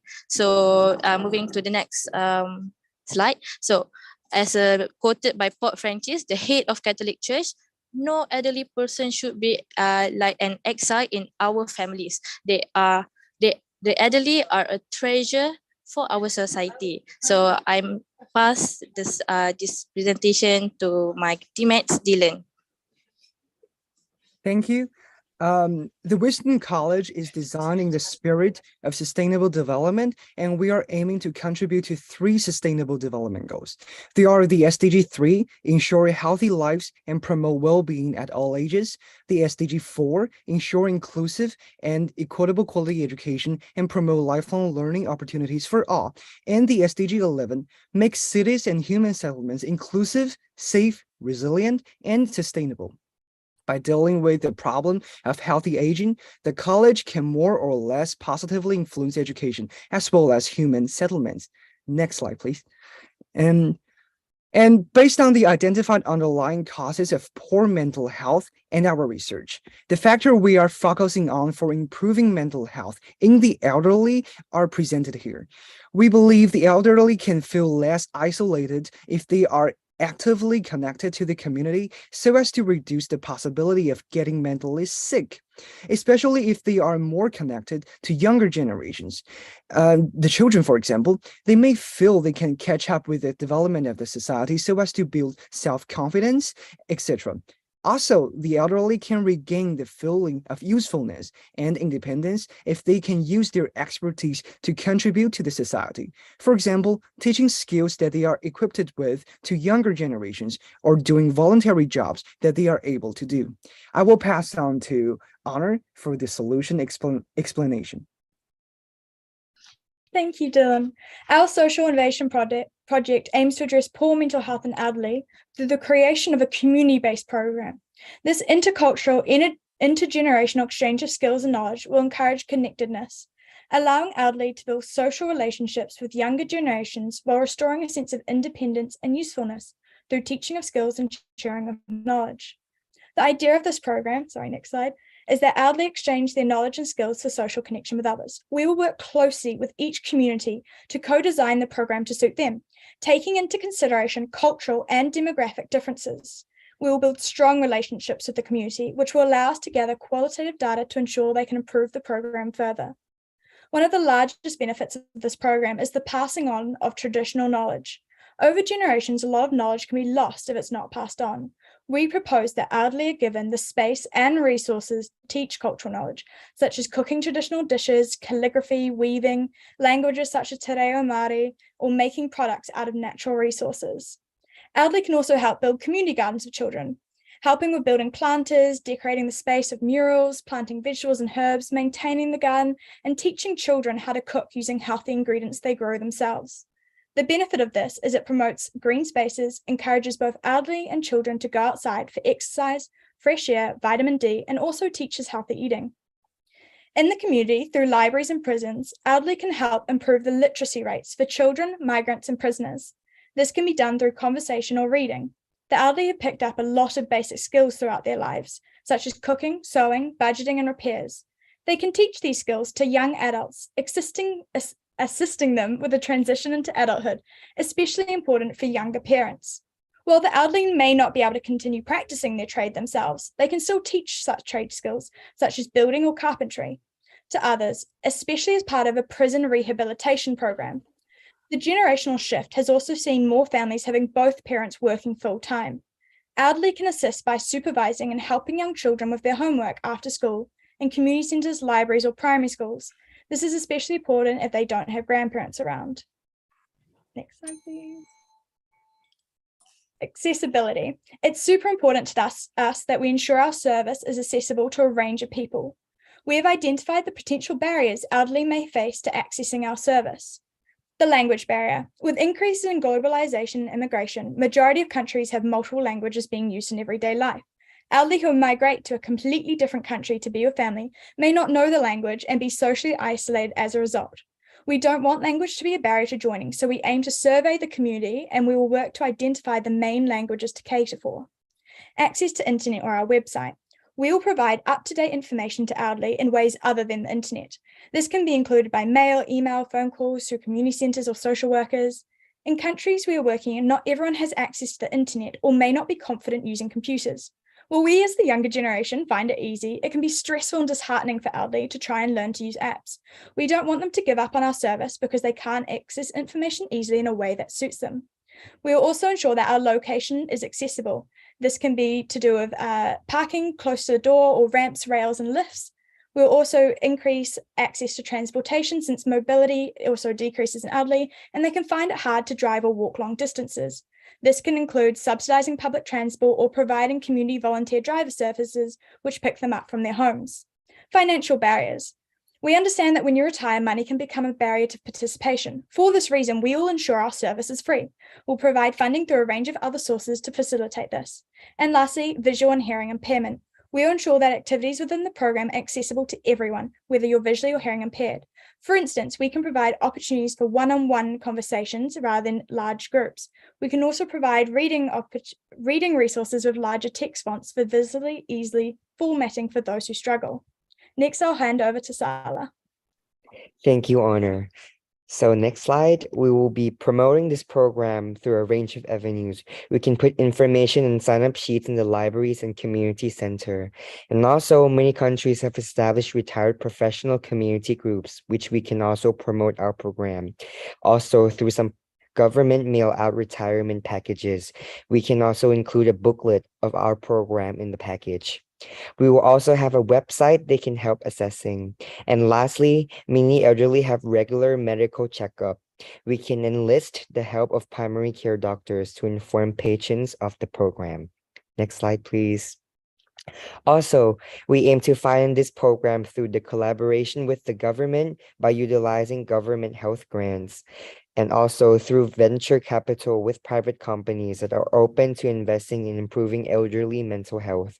Lastly, additionally, we could also become an NGO and raise funds through community crowdfunding. Next, let's hand this over to Dylan. Thank you, Sala. We are planning to host our program through several relevant locations. The library is a good choice for the program since it's a public place that can host educational activities. The community center is another choice since it functions as a place where the younger generations and the elderly can both join together. The educational institutions and the prisons are choices that our program is directly targeting to. The children, the prisoners, as well as the immigrants. They are all potential clients for the Wisdom College. Next, I will pass on back to Ali for the conclusion. Genuine development should be a concerted effort of different sectors. As we strive for sustainability, we shall mobilize every sector to contribute and leave no one behind. Our team proposed one of the many steps as youth and academics could take, focusing on the vulnerable sectors. In our project, we will work with wisdom and potentials carried by the elderly population. Thank you so much for listening, and we are open for questions. That is all from Group E. Thank you. All right, thank you, Team E. Okay, cool. Thank you, Team E, for your thoughtful solutions and a very nice presentation. Now, if I may invite judges to give comments, feedbacks, and questions, please. Thank you very much, Group E. Excellent presentation. It was mentioned in one of the slides that the programs will be co-designed together with the community. And I saw that there were quite a number of ideas of how to address the problem together with the community. So how do you plan to co-design these programs with the community? I can answer that one. Excellent question. Thank you so much. The most important thing is that we work with the community, not for the community. Whenever we're going to start up in one of these communities, we'll make sure to contact the relevant community representatives. For instance, in New Zealand, if you start any program, you need to talk to iwi, which is a te reo, a Maori representative to talk to the community. Most people will have city councils, for instance, who are also leaders in the community. We'll basically put, I assume you can say, feelers out to talk to elderly in the community, either through these groups that already exist. Like we mentioned, the elderly have professional groups that are retirees. But the biggest thing is making sure we contact the community, find out what the issues they are facing or barriers they are facing, discuss the ideas we have around it, and see what they are interested in, and then tailor those ideas to that specific community based on what they need. Did anyone else in my group want to expand on that for me? Yes, please let me add something to the question. Well, first of all, thank you for the question. And the specific situation in China is a little bit different, but they are quite the same thing, because there is one thing in Chinese that is particular, the community hospital in Chinese. Maybe our program can build a relationship with these community hospitals to better know what is the exact situation and the problems that the community is facing with the mental health for the elderly, so that we can better change the details of our program for better adapt the community's situation. Thank you very much. Okay, thank you so much for the answer and also presentation. I think it's very lively solution to have. Yeah, but I have a question in terms of the implementation, because like life of elderly is also related to their children, right? And their children usually people who go out of the city to work. So how can you convince or make their children, basically the people who are working, to feel feel okay to let their parents go to do the activities? Because there are also mindset of the maybe the people who are working that like, okay, elderly, they should take a rest, and they don't want their parents to join the activity because they might cause some accident or like not good for the health, something like that. So how can you convince or work with the maybe a little bit younger generation, working generation, to ensure that this program will be safe or good for their parents? I think that's again one of those cultural awareness issues that we were discussing, because it does depend on where you're from. For instance, in New Zealand, that probably wouldn't be much of an issue, but it may be in some other countries. I think the biggest thing is, one, providing a lot of information, and also making sure we're open to conversations and discussion. Things like open days, for instance, where they can come with their parents and talk to our representatives to see what's going on. In that way, they'll build confidence and that this program is safe. We can also do things like reviews where they talk to other elderly and see what they think as well. Since it's a community-based program, their children can come along with their parents, for instance. If they want to see what their grandparents or parents are doing in the library reading to kids, they can come along. It's a community-based intervention. It's supposed to include everyone of all generations. And in that way, with the interconnectedness and being invited and included, they'll probably be able to see how it's benefiting their parents or grandparents directly through real world experience. Does anyone else in my group want to expand on that for me? Yes, and as we mentioned before in the presentation for the locations of our program, we have mentioned the educational institutions. These educational institutions are targeting to the children's, we suppose, because the educational institution can function as the supplementary schools for the children's. The children's can come to these educational institutions to take the courses to learn something from the elderly as they do in the real schools. And that's my explanation. Does that clear that question up? Or did you want us to clarify anything more? All good? Okay, thank you. More or no? Okay. No, it's okay. Sorry. All right, thank you, judges, for the questions and comments, and thank you, Team E, and also lead mentor, Mr. Savinda, for the great solution you proposed. Thank you. All right, now we move on to the Group F, diabetes track, with the project title Diabetes Algorithm. Team F, if you're ready, the floor is yours. Yeah, hello, can you hear me? Let me see how to share my screen. Hello, can you hear me? Yes. Okay. So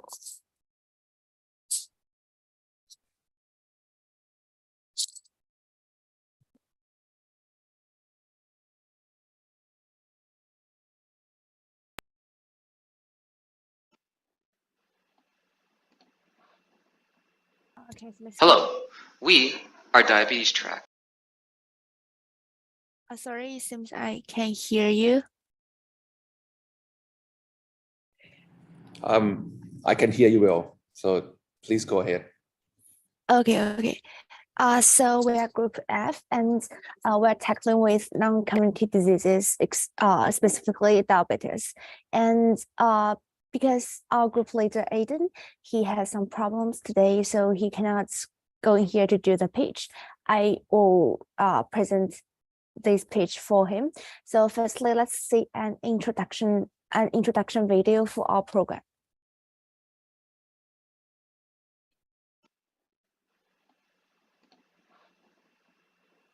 Hello, we are diabetes track, and the issue that we are trying to look at is non-communicable diseases. NCDs for short. Now, why NCDs? Well, NCDs actually make up for 74% of the worldwide deaths. And most of these deaths come from low-income countries that don't have much resources to help their cause. So let's look at an NCD specifically. Let's look at diabetes. Diabetes is a chronic disease that has no exact cause or cure, and it's non-communicable. About 1 in 10 adults have diabetes, the most common diabetes being type 2. And in 2019, the estimated global direct health expenditure on diabetes was $760 billion. And that is expected to grow to $845 billion by 2045. So how can we help?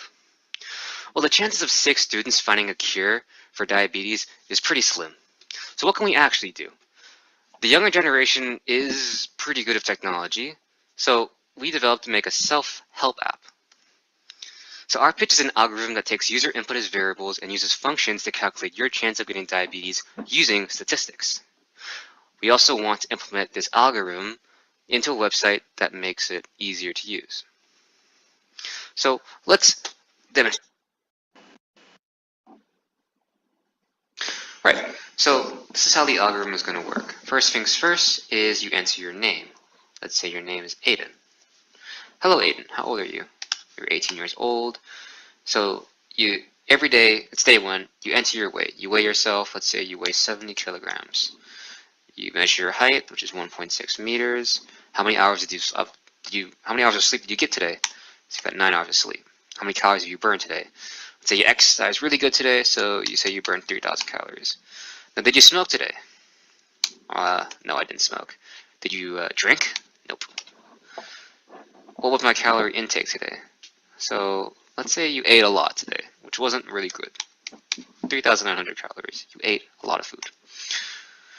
Now, after all of that, it calculates your chance of getting diabetes. And here it says you calculate, like, if you live every single day of your life like this, eating 3,900 calories, your chance of getting diabetes is 26.8576%. Now that's if you live it every single day of your life.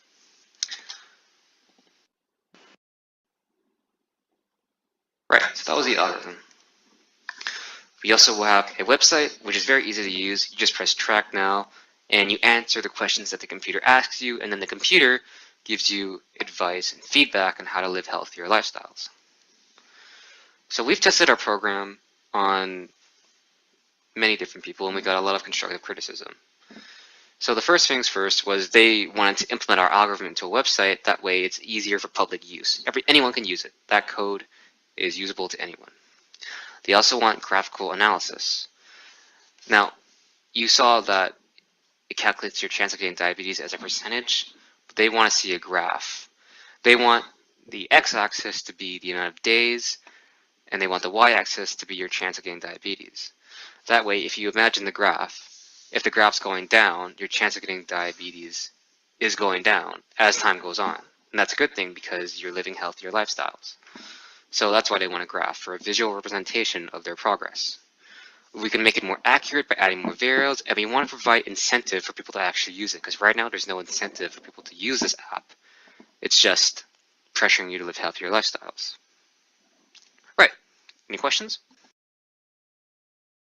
Okay, so that's our introduction video for our program.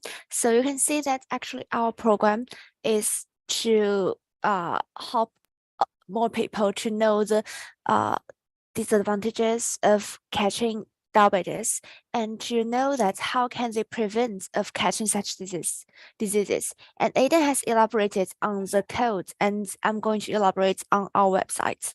So the website, as you can see, is very clear and user-friendly because we only have 4 pages and everyone can use it. Everyone can use it.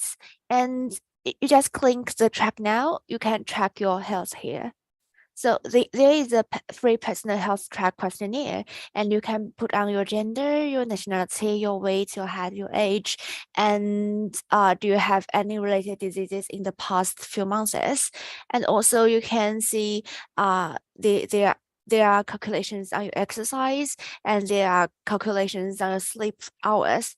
However, as Aidan has introduced, we haven't put the code into this website, and that is the thing we want to develop in the future. And you just click this title, you can just go back to the page, and we can also see that you click the personal track, you can also go into the questionnaire, and we also have an introduction page for diabetes because we want people to know that actually diabetes is not very far from us. If you do not keep exercising, if you do not keep good diets, it is very easy for you to catch such diseases, and this disease is very detrimental to you. And also we are planning to develop an app that you can use in your phone to track your daily health. However, because of the time limitation, we haven't done it. So this page is now blank. And that's basically the background of our program. I'm opening for your questions. Thank you.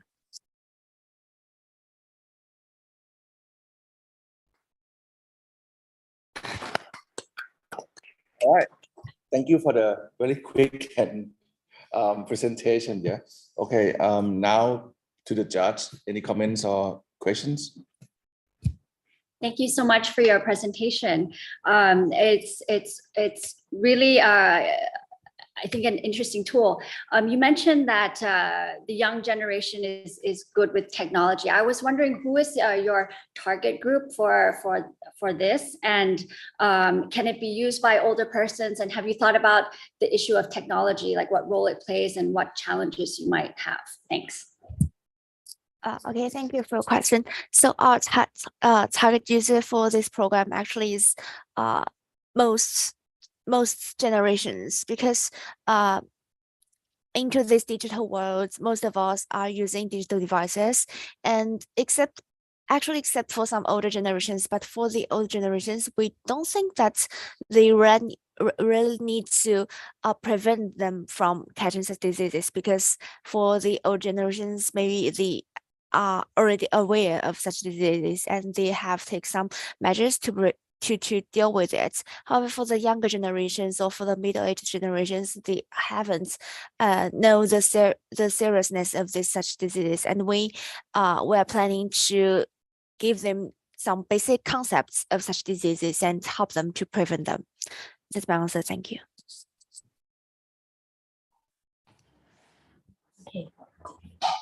Okay.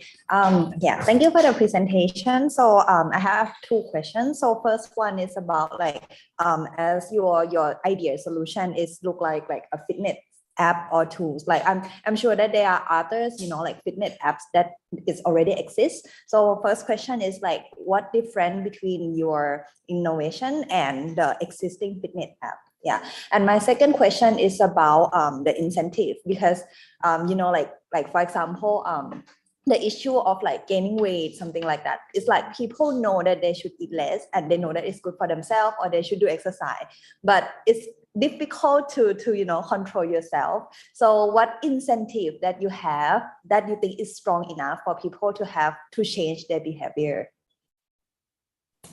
Yeah, okay, thank you for your question. And for the first question, that what's our difference between our program and other apps or websites? I think the unique is like in the clear of the website, because a lot of website or apps, they have advertisement and they're not free for all the users. However, we're planning to build a free and clear website or apps for them to use, and that's actually and moreover, it is also very easy for users to use. They do not need to know about a lot of things. They just need to type their daily calories. They just need to type their height and weight. So it's very easy, clear, and free. And for the incentive, actually, I need to admit that we haven't considered about that. Yeah, a lot of people, they know the benefits of keeping a good life, but yeah, the lack of incentives to really do that. So I think that's a very important point that we need to keep on diving. Yeah, thank you. All right. Any more comments from the judge? All right. Thank you, team Group F, very much. And also thank you, the lead mentor, Dr. James from University of Malaya as well, for their help and mentorship during the programs. Now, two teams passed. Then we move to the third team, which is Group J, with the project title, Use of Cotton Candies and Communal Cultivation Center for Short-Term and Long-Term Solutions. That's very long project title names. All right, Group G, if you're ready, share the screen and the floor is yours. Okay, thank you very much. I will be sharing my screen now. Is it visible to everyone? Yes. Okay, let me check the sound settings. Is it audible? Yes.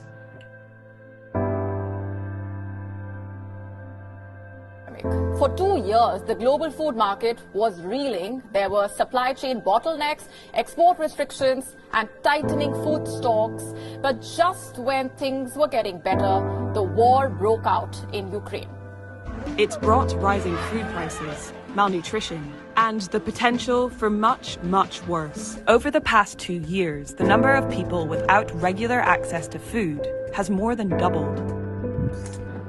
Aid agencies warn that Somalia is marching towards another famine. Nearly half the country is hungry. Some 800,000 people have been forced from their homes this year alone.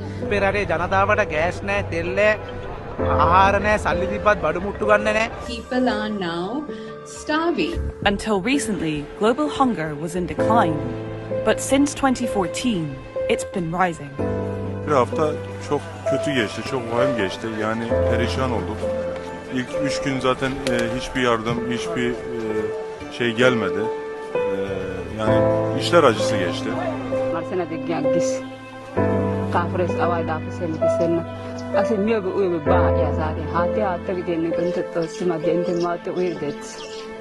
Of miles from the front lines of the war in Ukraine, the impact of Russia's invasion is being felt here. Food and fuel prices have skyrocketed as Russia's blockade of Ukrainian wheat threatens global supplies. There's a quote from a woman that we spoke to in Nigeria who said, "Everyone in the family has reduced the amount we eat, except my husband, who is the man of the household."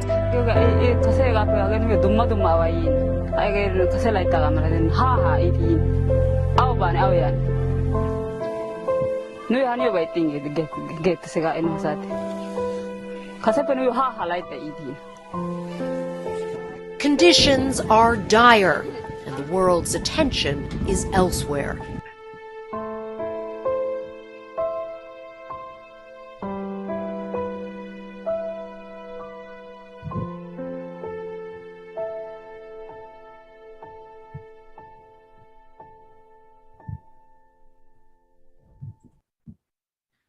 Melissa, please go ahead.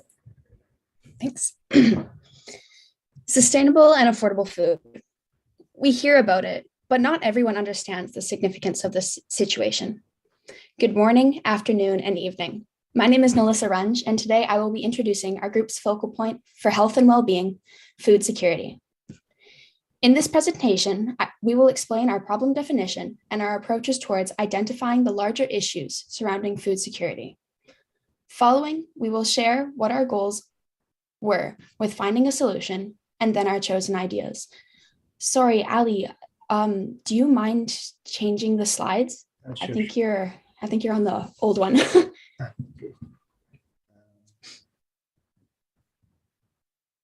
Some technical difficulties. Okay. Perfect. Thanks.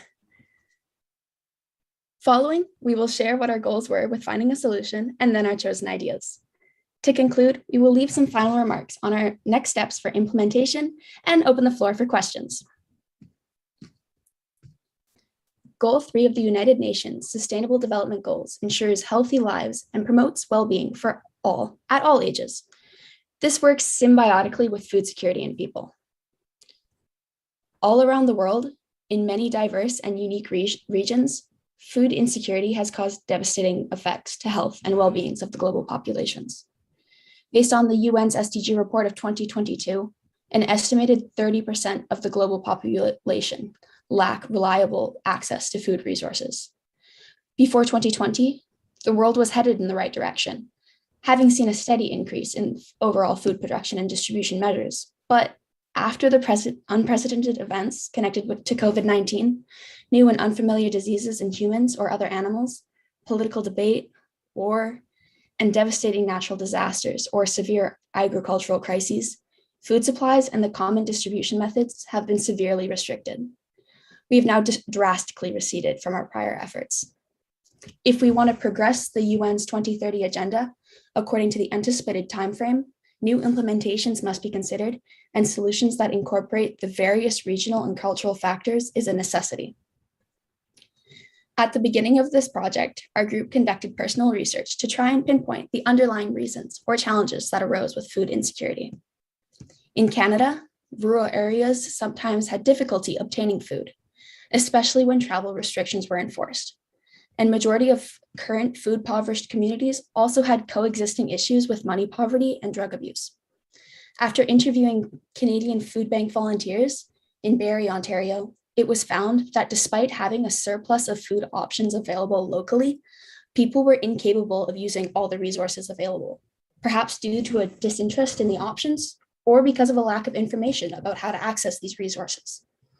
Similarly, in areas of China and Japan, it was found very difficult to find any information relating to initiatives put on by local food banks.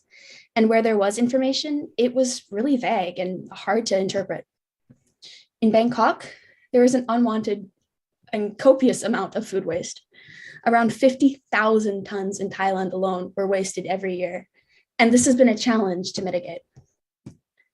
From our conducted interviews and research, we decided to further target food distribution locations like food banks or pantries and prioritize communities or populations that may not be able to afford food options that are currently available. The grand consensus was found that whether a food abundance or a surplus, food resources did not always work according to the specific regional needs. So we wanted to find a way to implement solutions that not only offered affordable and readily available solutions, but they also could be easily manipulated according to a region's need and beliefs on food requirements. Our goals thus became accessible nutrition that allowed people to fulfill their everyday tasks and get enough food that was needed, provide a sustainable service that will not only solve short-term requirements, but can also be incorporated into future plans for societal development, and create solutions that enhance community development and inclusion. Food, cooking, prepping, and farming is strongly connected in cultural norms. Considering the importance of family and food in the cultural aspect, we want to ensure that our solution forms connections to the regions in which it is applied. Whilst looking into target segmentation, we identified that our target population could not entirely be solved by one specific solution. So for this reason, to further our research for our actual response, we wanted to choose something that was based on a short-term emergency response and a long-term detailed plan for areas that can apply it within future years. I will now lead the platform for Ali to talk about our protein floss. Thank you very much, Nelissa. To move ahead with the proposed solutions, we actually came up with two possible solutions that, according to us, can solve the short-term and long-term problems. For the short-term problem, we gave us a solution that was protein floss, though it may look silly sometimes or people may not consider it serious. But for us, we would like to say that since I had a previous experience in some of the disaster management issues, we saw that when a calamity happens, when there's an earthquake or a tsunami, or whenever there's some sort of natural calamity that happens, the amount that it takes to reach the food to the affected areas is sometimes too much. Sometimes it takes weeks and even months for the food to reach the disastrous locations. It actually gives rise to the malnutrition and also to starvation, which in turn kills a lot of people. The protein floss is a solution which can be regarded as a short-term. It can be used right at the moment when it happens. It can be put forward to the action directly as soon as the problem happens. And then comes the communal cultivation. Now, the communal cultivation is a solution that is that can exist for a very long term. It can even take years to benefit from this as well. We can start from a small platform and can grow it all the way to the end. So these are the two solutions that we would like to propose. And continuing with this further, the communal cultivation center. What this solution proposes is that when we talk about a certain community, when we talk about that there are a group of people who wants to live and then they had to be provided with a certain amount of food, they can start by growing it by themselves. They can dedicate locations for this purpose, or they can even grow small gardens right on their rooftops. They can even have spaces where they can grow foods, and then they can have a common kitchen where they can cook by themselves. In this regard, we can provide them menus, or they come up with their own recipes or solutions. This will work such that in the beginning, there will be a certain space. Let's say the community has come up with the dedicated space, or the community has decided that since they have no dedicated location available, They can use their rooftops. We already have seen such solutions in many places, and it can even benefit in longer terms as well. They can start growing food by themselves, and in long term, they can cultivate it and use it. When we talk about the protein candy, the machine that is used for producing protein candy, it can even come less than $100 in many cases. So this is something that can start from a very small beginning, and we can grow it all the way to the complex solutions.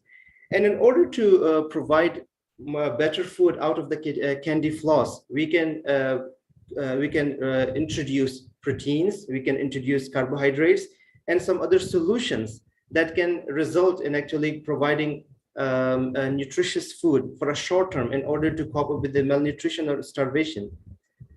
So the challenges that we face as of now, first of all, is definitely the region.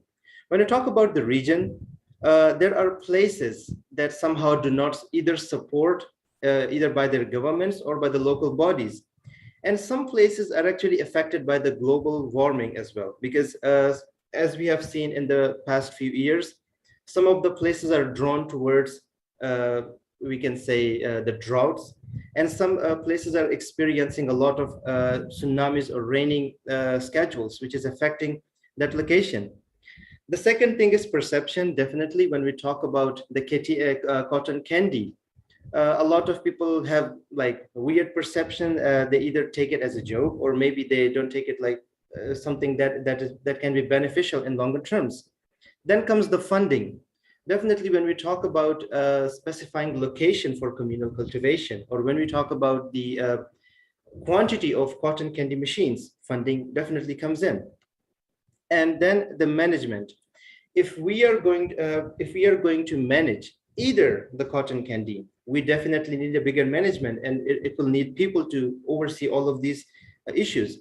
And in case of communal cultivation center, we definitely need management in longer term as well, because we need the local people to oversee the problem. We need the local people to cultivate it by themselves and provide food for the community. So the resolution. Now, in order to solve these issues, first of all, we need to We need to study the region. Where are we going to deploy these solutions? Where are we going to implement our solution in terms of cotton candy or in terms of communal cultivation center? We need to see whether the local people are in favor of these things. If they're not, we have to tell them, we have to like do a sort of marketing to these people to tell them like how it's going to benefit them. The advocacy, as part of like what I've said, we have to do an advocacy campaign to tell the people that what they're doing or what they are going to do in terms of our solution is going to benefit them. Then the sponsors, we need sponsors, definitely. We need like local bodies, we need companies, or we need organizations that can sponsor our adventure in this regard. And of course, when we talk about the management, we do need people to participate in these programs and come up with their own management schemes. So what we are going to implement, definitely starting close to home, Canada and Thailand. When we talk about Canada, we do know that Canada is a very good place when it comes to communal cultivation centers. And our team member Nelissa has already conducted survey and gave us a positive response in this regard, which shows that there are nice locations as well. There are communities which are in favor of this. In fact, some of the communities have already started these applications. They're already doing work in this regard. So this is actually a positive output. And then Thailand. Now, when we talk about Thailand, we do know that Thailand is currently hosting a large number of refugees from Myanmar and from other affected communities as well. So when we talk about a large group of people coming at once to the country, we are talking about issues issues of nutrition, food issues, definitely, place issues. So in order to solve this issue at one point, like to provide a large group of people with ample nutrients to avoid any sort of malnutrition or starvation, cotton candy comes in handy. Short-term solution, we can provide it for probably a month or a year until the longer-term solution can be devised. So what is next? Melissa, would you like to add anything in this regard?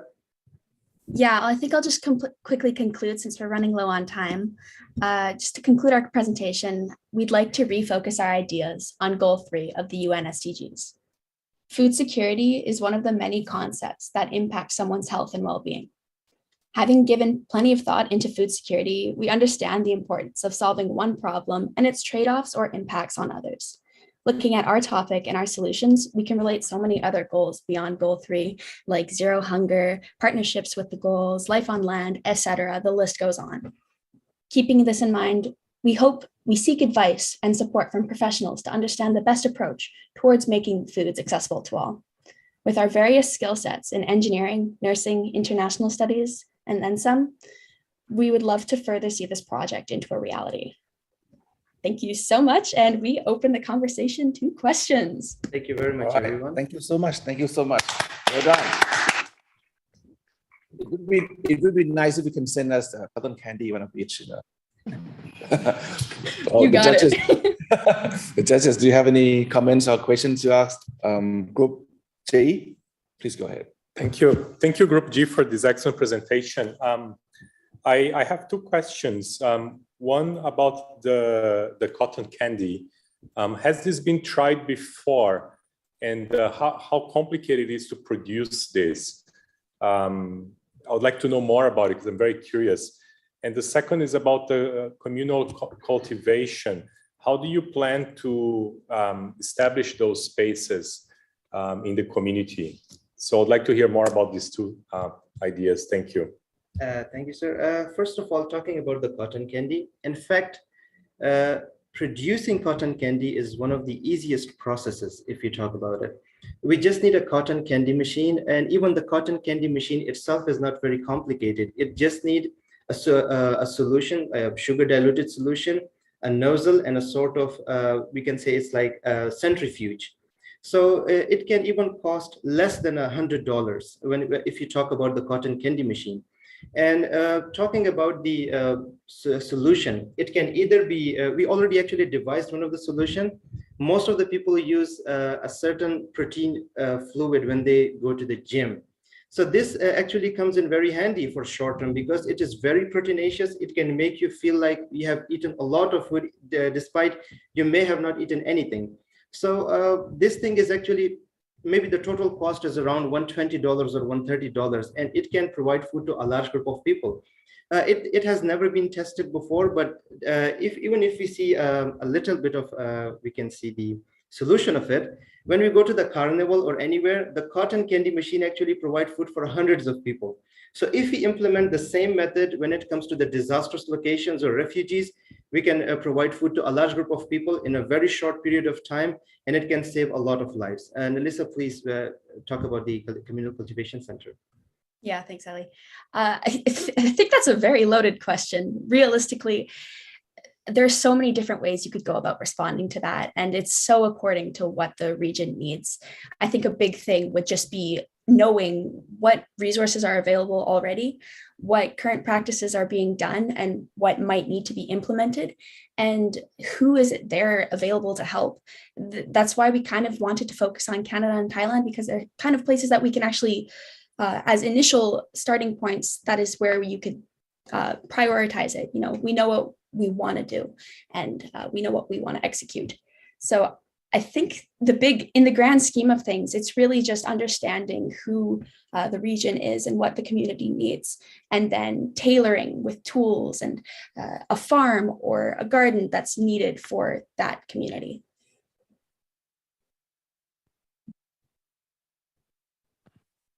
Okay. Okay, thank you for the presentation. Also a follow-up question about the cotton candy. So my question is like, why do you think like protein in the form of cotton candy is better than other option? Because like, as you mentioned, they are like protein powder that exists. It might be easier to transport, to provide those kind of stuff as well. So why in the form of cotton candy is better than other option? Thank you very much for the question, ma'am. There are actually many ways that we can describe this solution to be better than the other ones. First of all, if we talk about the current scheme where the food is provided to the disastrous locations, it actually takes a lot of time. The logistics is even more costly. So in long terms, if you want to provide food to a large group of people in short time, it is first of all, yeah, feasible, but at a very high cost. If you talk about just the powder, now the powder itself cannot be given directly to the people or even just make a dilute solution of it. What we are trying to make out of this cotton candy is that when we make a solution of protein or carbohydrates and then passing through the nozzle when it makes it into a cotton candy, the cotton candy itself is like a complete bag of nutrient that you can eat all at once, and it will make you feel better. It will make you feel full. Taking individual elements, like either taking just the protein or carbohydrates, can even have adverse effects. But when we talk about the cotton candy, it is actually a saturation of so many nutrients, and taken at once, it can actually benefit. And also the cost in order to deploy it is very cheap. All right, judges, any question? All right, it would be, it's super interesting to me to see, like, a protein cotton candies. Maybe you can work with group G to group F. After eating cotton candy, then track your diabetes levels and sugar level and so on. So that'd be a very nice combination. All right, thank you one more time for your work, and thank you to lead mentor, Dr. Elsie Sui from Chinese University of Hong Kong as well. All right, we come to the last group, which is group F. Group H. The team Revolve with the project title Revolve University Mental Health Applications. Group H, if you're ready, you can share the screen and the floor is yours. Okay, thank you. Hello, we are team Revolve. My name is Maho, and the team members are Nina, Karen, Risako, Sini, Ani, and Taufik. Today, we will propose solutions to mental health problems of university students. This will be the outline of our presentation. First, we will explain the problem and market opportunities, and then we will talk about a solution, budget, and benefit. I would like to start by introducing this mental health infographics. In recent years, there has been increasing acknowledgement of the important role that mental health plays in achieving global developmental goals. The numbers are staggering. Today, nearly 1 billion people live with a mental disorder, and in low-income countries, more than 75% of people with the disorder do not receive treatment. Every year, close to 3 million people die due to substance abuse. Every 40 seconds, a person dies by suicide.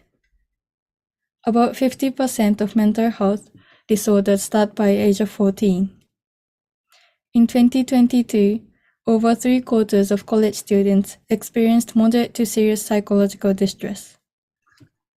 Many of these mental health conditions can be effectively treated at relatively low cost, yet the gap between people needing care and those with access to care remains substantial.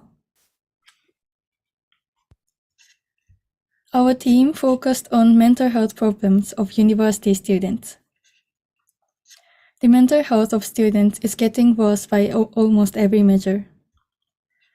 College students today are also juggling a dizzying array of challenges, from coursework, relationships, adjustment to campus life, to economic strain, social injustice, mass violence, and various forms of loss related to COVID-19 pandemic.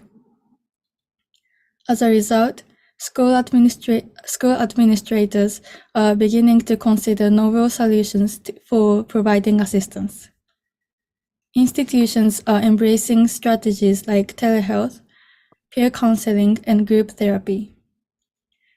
They are also re-evaluating how to handle crisis and better preparing instructors and staffs to recognize and assist students in need. Next, Sydney will explain about the size of this problem and market opportunities.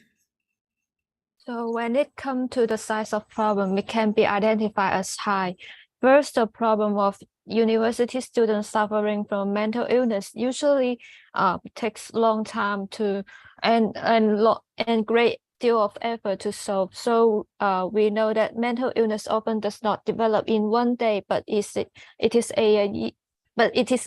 disease develop over time.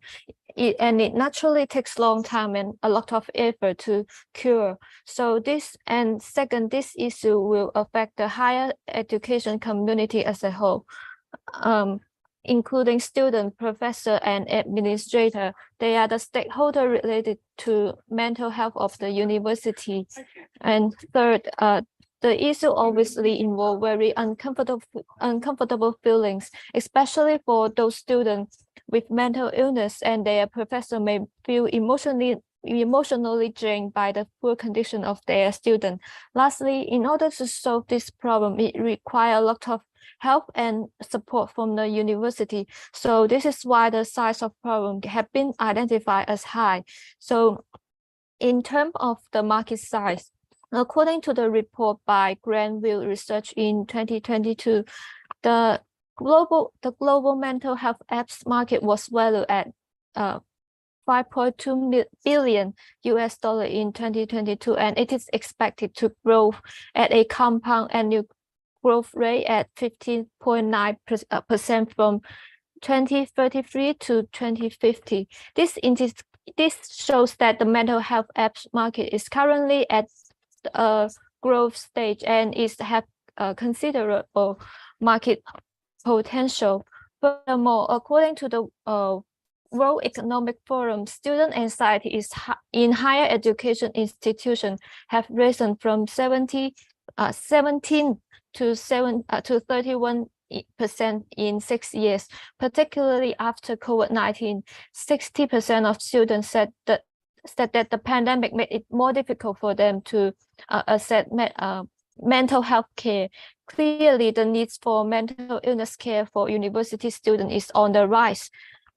However, there is very few mental health apps on the market that specifically designed for the university student. In addition, the subscription to some well-known apps on the market are relatively. Can you go back to the last slide? Thank you. For example, some of the well-known apps on the market are relatively expensive. For example, some cost around 12 to 20 per month, or 70 to 100 for yearly subscription.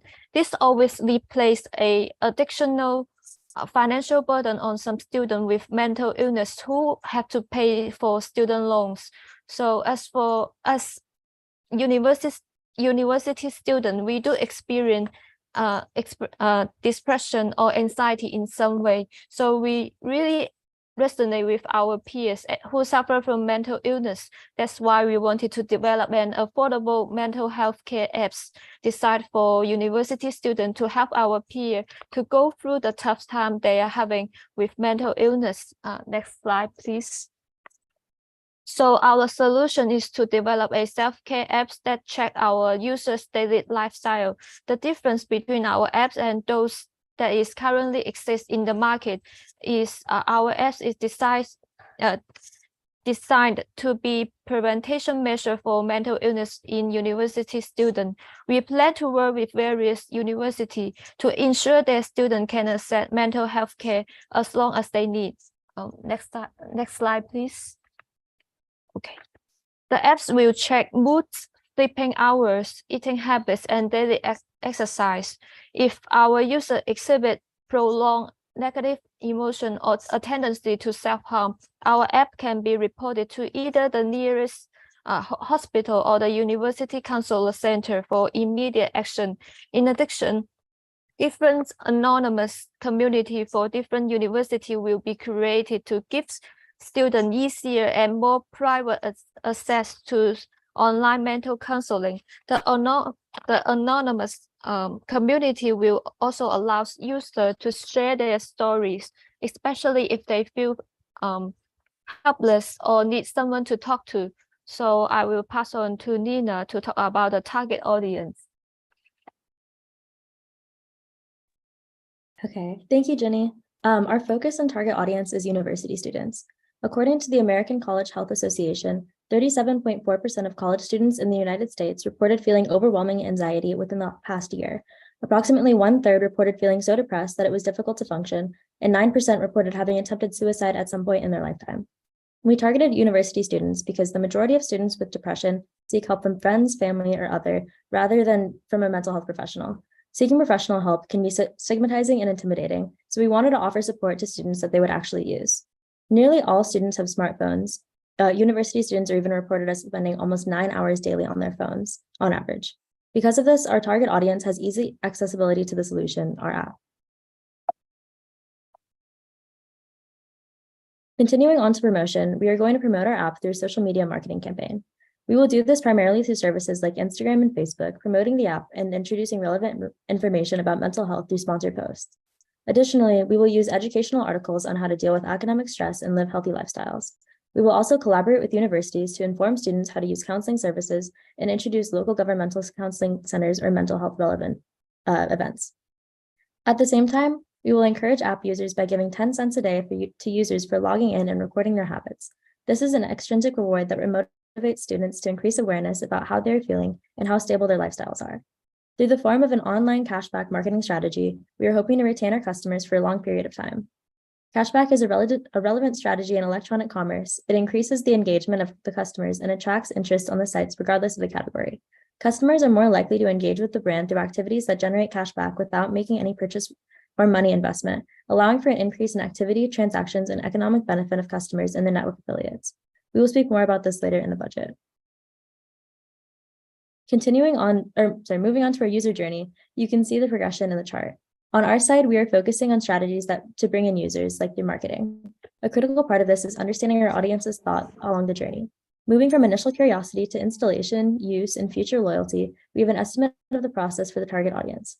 There are bound to be some parts of the experience that are not ideal, potentially finding out about the app, competition, continued use, and issues with the tracking itself. We have ways for ourselves to improve, like advertising through universities, simplifying the recording processes, and including follow-ups for life outside of university. Continuing on to the mockup, here's the first part of our design for the app. In the mockup, we have decided to focus on aspects that benefit the user most directly, like routine building, mental health assessment, and habit tracking. Here, we have a design for a student planner. Users have a space to write out their to-do lists, including classes, meeting, homework, and more. The app will notify users of deadlines and remind them of tasks they have to complete. It will also notify them to keep the planner updated and send gentle encouragements to inspire. Here are two more elements of the mockup concerning the mental health of the users. The first is a mood tracker where users can input how they're feeling each day and include images and details. This is for them to be mindful of their emotions and mood. The other is the PHQ-9, a diagnostic questionnaire for depression screening commonly used by psychologists. App users can fill out the PHQ-9 with sliding scales to see if they are in need of additional help beyond the scope of the routine and habitual aspects of the app. This may include connecting the individual with a psychologist or providing resources to the university health center. While this cannot be used to self-diagnose depression, it is helpful in assessing risk and need, two crucial aspects of treating mental health conditions. The final part of the mockup is the habit trackers. There is one for eating and sleep to track healthy habits and allow for the users to be more mindful about how they take care of themselves. This idea is that poor sleeping and eating habits are connected to depression, and regulating them will hopefully decrease depression symptoms or at least make them more manageable. As a whole, the app is intended to focus as a one-stop shop for mental health regulation for university students, including academic and personal parts of life. It will reduce stress and allow for clear organization, taking the burden of self-care off of students. I will now pass it to Risako to cover the budget. Here is the financial projection of Evolve. We assume that the app will acquire 20,000 paying subscribers in the first year. The app will have a 20% churn rate per year. The marketing budget for the first year is $500,000. This is our financial projection, taking into account the financial performance of 5 technology startups in the same sector. The tech startups tend to suffer financial losses in their first year, but it usually becomes profitable since the second year. Our app has many benefits for individuals, universities, and government. For individuals, they provide a means to manage their own mental health and reduce symptoms of stress, anxiety, and depression. By using the app, they can receive advice and information from professionals and address issues on their own. For universities, improving students' mental health can improve students' productivity and upon it. Providing mental support application can help reduce student stress and anxiety and promote a healthy study environment. It can also correct data on students' mental health and take remedial action as needed. For government, mental health support apps can provide information on the mental health of their citizens. Also, through the app, mental health services can be provided, improving the mental health of society as a whole. Government can use the information collected through the app to formulate necessary policies and programs. Now I will pass it on to Maho to talk about the business model. Thank you. We are thinking of a freemium model so that university students can gain access to the app without thinking about the cost. Our free features include to-do lists, habit tracking, sharing stories as anonymous in the communities, and analysis of students' mental health conditions, and we'll have advertisements in the app. The premium feature will be $4 per month. This version will be ads-free and will provide online consultation for 24 hours, 7 times a week, relaxing music to help students study, feel calm, and sleep, and activity recommendation to help students deal with stress. Next slide, please. We will be charging a 5% commission fee when a university student wants to get a professional session with psychologist or psychiatrist. We are also thinking of subscription plan for universities to get insight about their students' mental health conditions based on the data we collected. Our app can pre-diagnose students who show unhealthy lifestyle or depression. So university counseling centers can be in touch with those students based on the data. And we would like to conclude by emphasizing the main points. First, mental health is a policy concern. The increase in poor mental health, specifically within university students, highlights a need to understand that the risk factors are and what might be done within these settings to ensure that young people are learning, developing, and transitioning into adulthood in environments that promote mental well-being. Second, a collaborative relationship between university health centers and behavioral health services may lead to an increase in identification and referrals for behavioral health treatments of students with mental health problems. Third, Revolve can give you tools, activities, and support to help you manage your stress. It helps with general mental health concerns and specific conditions. It can support your overall mental health. Apps are a convenient way to get support between therapy sessions. They can be a helpful addition to your coping toolkit and increase your readiness to talk about mental health before seeking out a licensed professional.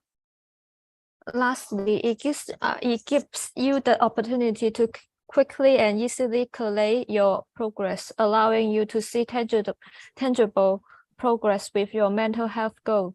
This easy checking makes you achieving your goal easier by discovering whether your approach is working and reaching a specific mental health score. So we are ready. So this is our presentation. Thank you for listening, and we are ready for our Q&A session. All right, thank you so much. Now turn to the judges for further comments and questions. Okay, thank you so much for the presentation.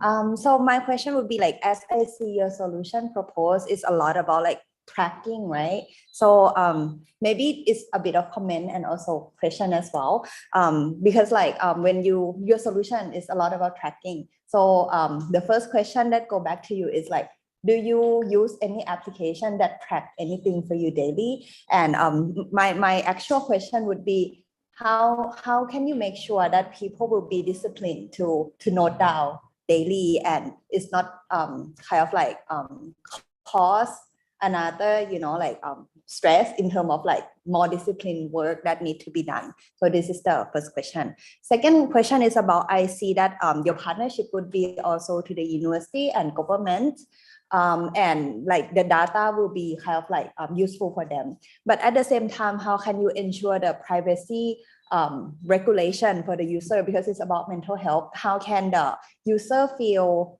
like comfortable in sharing information while they know that it would be shared to the university and government? I can answer the first question. I don't know if anyone in the group wants to answer the second one.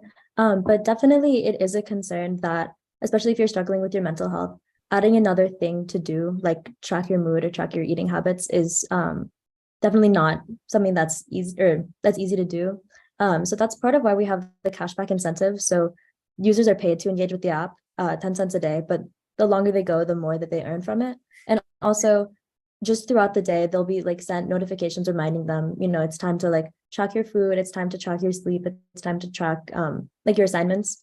And so in a non-invasive way, have them engage with the app throughout the day to make sure that they feel like they are on schedule and like they're comfortable with what they're doing. And then for the second part, does someone else want to take that? Yeah, can you please repeat the question you just asked? Yeah, the question is about, I see that your partnership, like your solution will be benefit to university and government as well. In terms of the data would be useful for them to develop like mental health policy. So how can you make sure that the user feel comfortable in sharing their information, because it's about their mental health? So what is the, you know, like mechanism that you or regulation that you will use in order to make the user feel comfortable in sharing information while this information will be shared to university and government? Oh, thank you for asking this. I think we can have a guideline for to share with our user about whether you want to share your health condition to the university or the government. Once they and we will show them the benefit of sharing the information to the university, because they are students. Maybe university can take more action when they want to harm themselves or when they really feel bad. So we will show them some guideline about how we will share the data, and also tell them the benefit and let them decide whether they want to share or not. We don't want to force them to share their data, but we can tell them that there is a benefit for sharing their health condition. Thank you. Any further comments from the judges? Hi, thank you so much for this presentation, Group H. I would like to know more about how do you plan to connect with mental health professionals to support your work, so that you make sure that your approach and the way the app works will actually contribute to the improvement of the mental health of your target population? Thank you for the question. I'm sorry, do you want to answer? No, you can go first. I think we were thinking, since the app is already partnered with universities, because it's university students, most schools have like health centers on campus, and there are psychologists that work there. And so I think that could be one option, is using like the university psychologists, but doing it in a more secure way than necessarily going in person and seeing them and seeking out their help. And I think as the app gets bigger, it could, like, we could also like hire outside psychologists, but like registered certified mental health professionals to make sure that they are caring for the users adequately. All right, any further comments from the judges? All right, thank you so much, Team H, for your great work. And also thank you, the lead mentor, which is myself. Thank you. and Mr. P.M. Pong as my commenter as well. All right. Okay, so now we come to the time for the judge to accumulate and finalize the score. Before we go for a break for 30 minutes, I would like to thank you, the teams, our 8 groups and our 8 lead mentors for the great work, contributions, very fancy, interesting ideas and solutions, which I think it's very useful, and I think it will somehow help solve problem eventually. All right, so now we will take around 30 minutes break to give the judge the hard times and let them discuss who's will be the winners, and then we will come back at 11:35. All right, see you in 30 minutes. Thank you.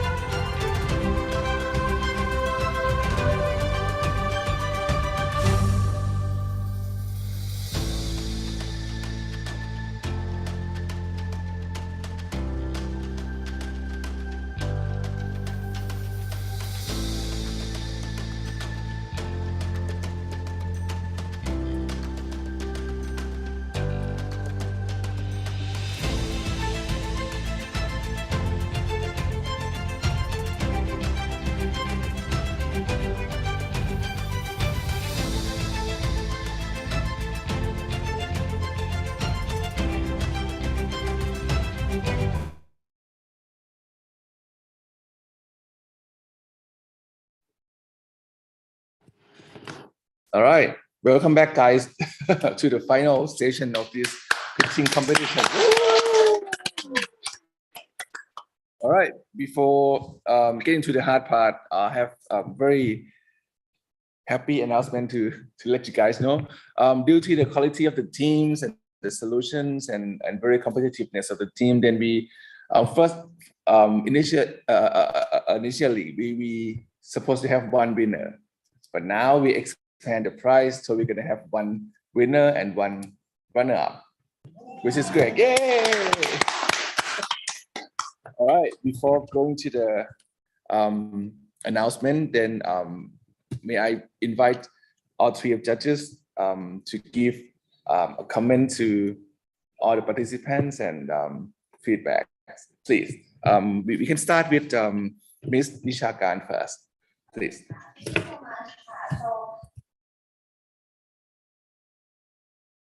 Sorry, I forgot. Okay, hi again. Yeah, so thank you so much all participants for your hard work. Like I really see like your effort and have put into the presentation, trying to understand the problem and also trying to communicate, explain it. And it's very, it's very inspiring to see how like youth from all around the world are very caring and about like the social issue that existing, and we are trying to be part to contribute to the solution. Yeah, so first of all, like I would like to compliment on your teamwork, because I know that it must be difficult to work from different time zones, but you are able to work together. And I think like the experience to be able to working with friends, like new friends from different country, is a very like unique experience for you to learn from different culture and different contexts of each country as well. And it's expand your view perspective around the social issue, that maybe one social issues like it might be different in different countries. So I think it's very unique experience that you guys can learn from it. Yeah.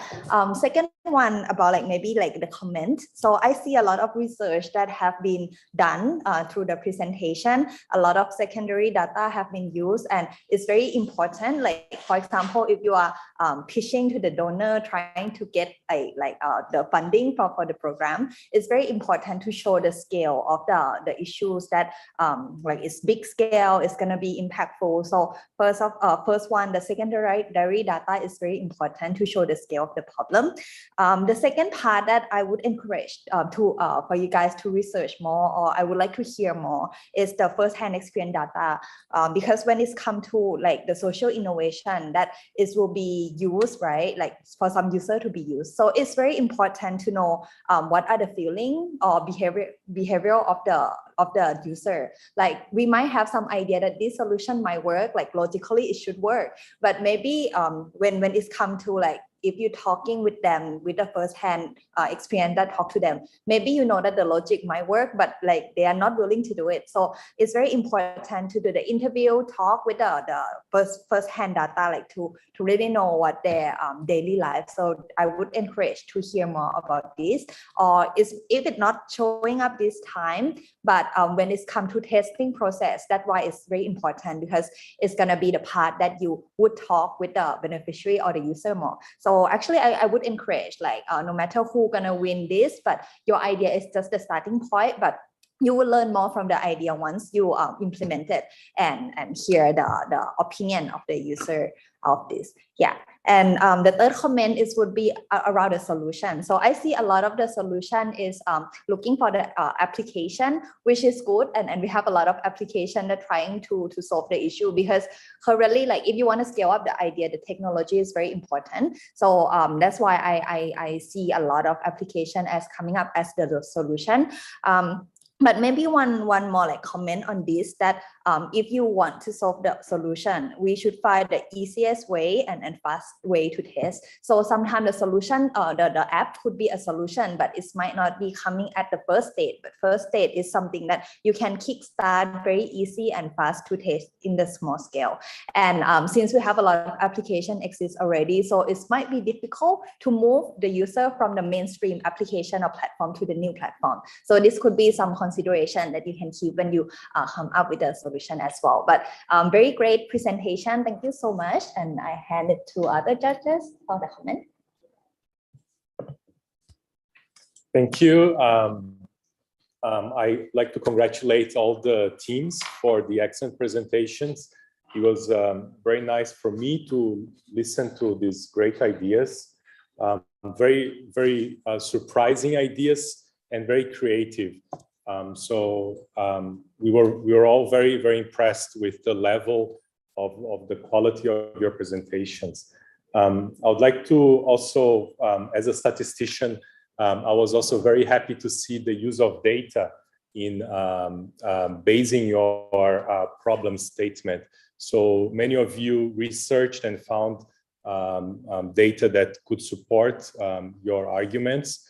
And also, I would like to suggest that you can also use data when really monitoring how the implementation of your project is going, how much impact is it making. So we should also look at which kind of indicators of success we use in order to say that the initiative is successful. I also noticed that a big strength of your groups was the diversity. Each group had people from different places, which I think add to this quality of your ideas. Because as we know also in the United Nations, we are facing very serious challenges for the whole world. And the way to find solutions for them is for really this kind of conversation and collaboration between the different parts of the world, for different stakeholders, different kinds of people, from indigenous to less advantaged, to the youth and the elderly. And we all are part of this endeavor to improve life in the planet. So I think that you probably have also this sense that working together with people from different places can enhance the solutions. And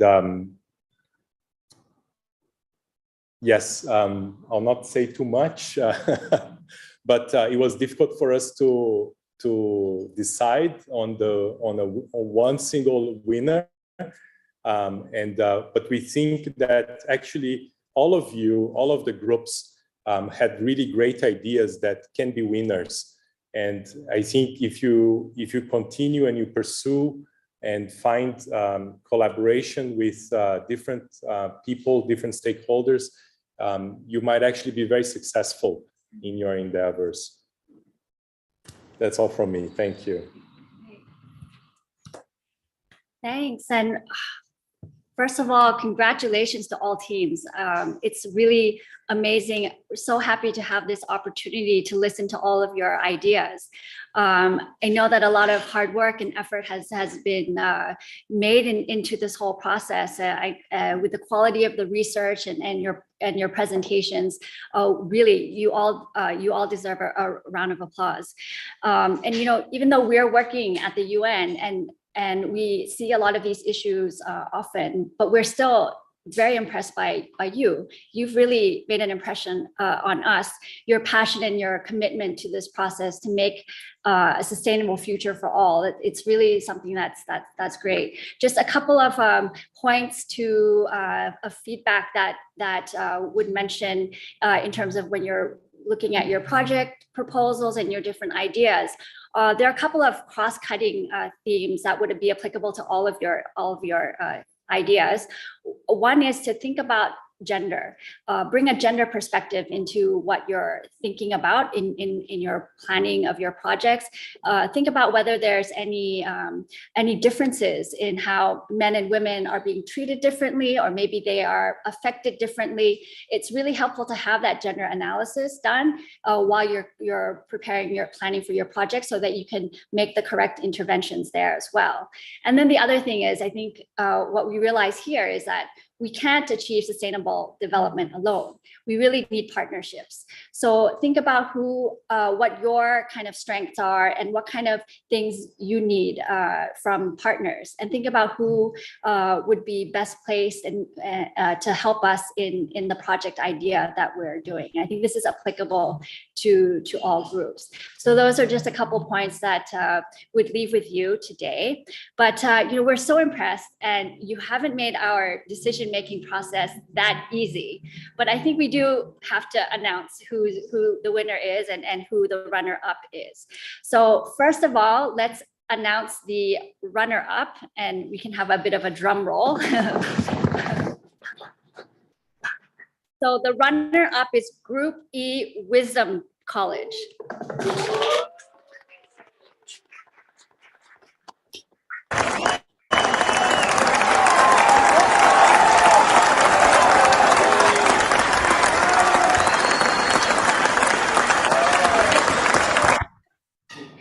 congratulations to Group E. So, and then it's now time to announce our winner. So are you ready?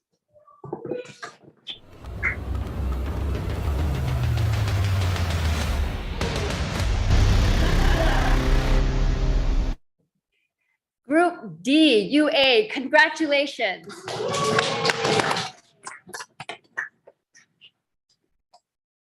Congratulations, Group D, UA. We really liked how you work together as a team.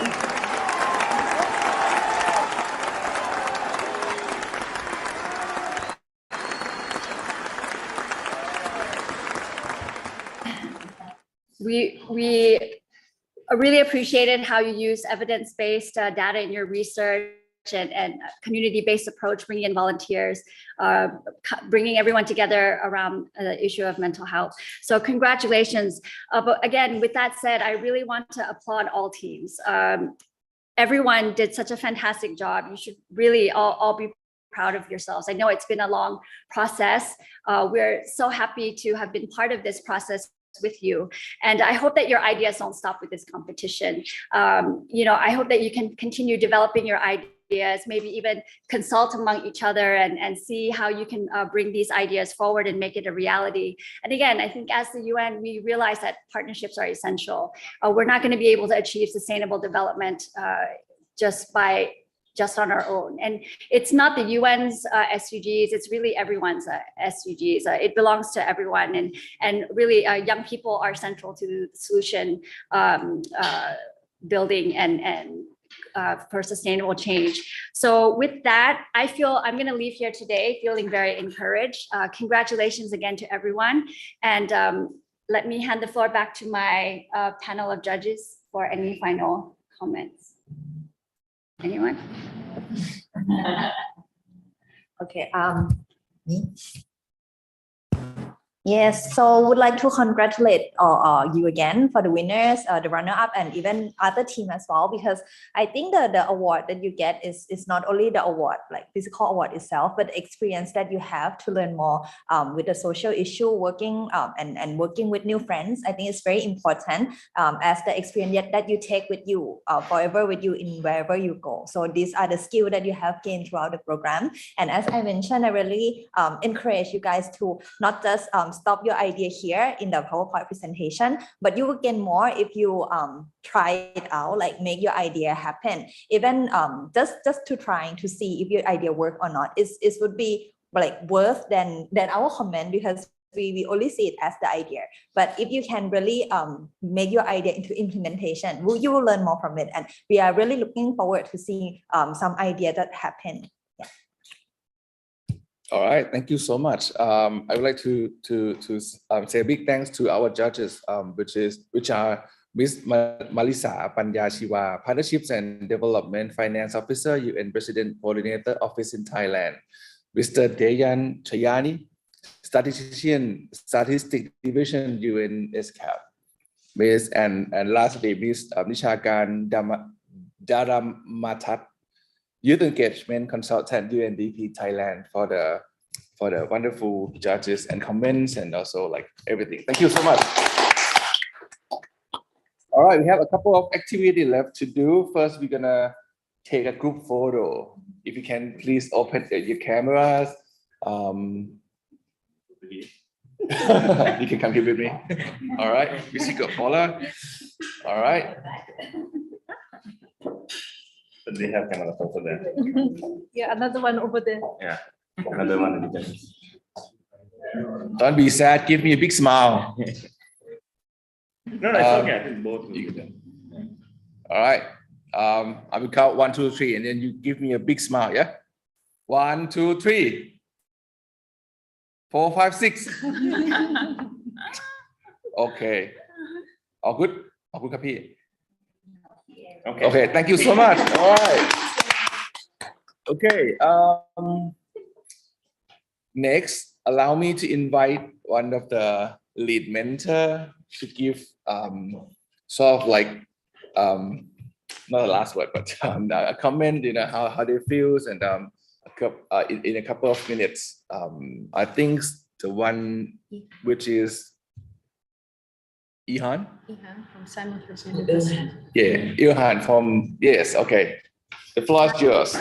Yeah, hi everybody. Good evening, good morning, good afternoon, wherever you're joining from today. I just wanted to say I was sitting in my room today just reflecting on just how much gratitude I have to all of you for just bringing your whole selves into the process, being so open to working with each other to really tackle these really tough inequities that we're seeing in our societies. And to the ideas, I really hope, and I say this to a lot of students that I work with, is this is just a beginning. So congratulations to those who won the competition, and to those of you that are like, we were so close, you absolutely were.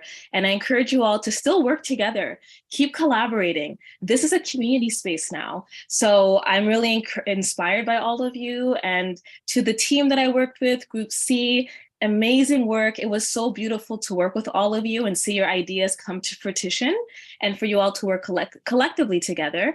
And it's been an honor to be a lead mentor and join from the unceded lands of the Musqueam, Tsleil-Waututh, and Squamish peoples, known as Vancouver, British Columbia.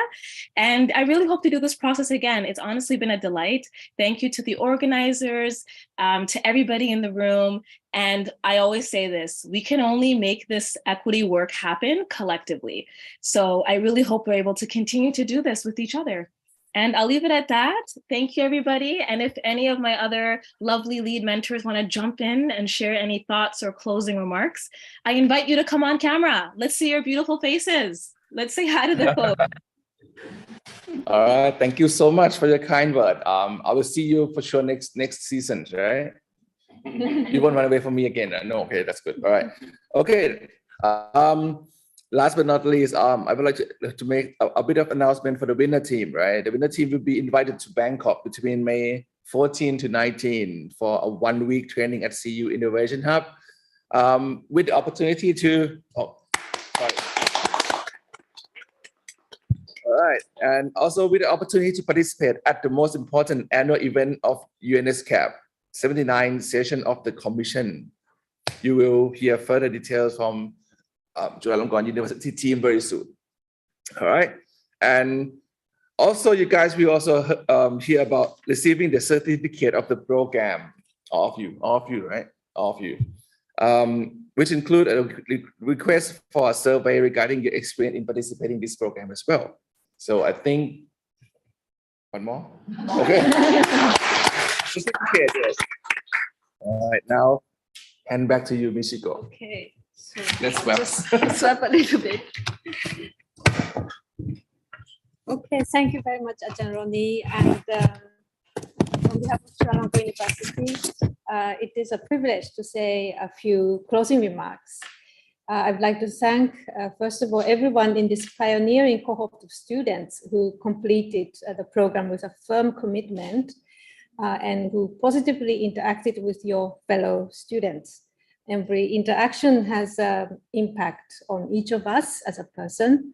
And by leaving your comfort zone, you have shown that you're willing to take risks and rise to the challenges. We trust that you through this journey, you have developed new skills, boosted your confidence, and cultivated empathy, very importantly. So all of which is really preparing you to be a leader. And we know that you will carry on with a sense of curiosity to support your intellectual inquiry and care for society. You are all inspiring us. Secondly, this collaboration has created a unique learning opportunity, not just for the students, but for all of us taking a part in co-designing the program. We come from a different organizational and professional context in terms of our disciplinary or institutional practices, priorities, and cultures. However, our shared aspiration to achieve the SDGs by nurturing global citizenship has connected us, opening new opportunity for learning through each other's strengths and expertise. So at this juncture, life has really, with multiple global challenges, it's really crucial to promote common values of humanity. And indeed, this is the only way forward to support our future generation.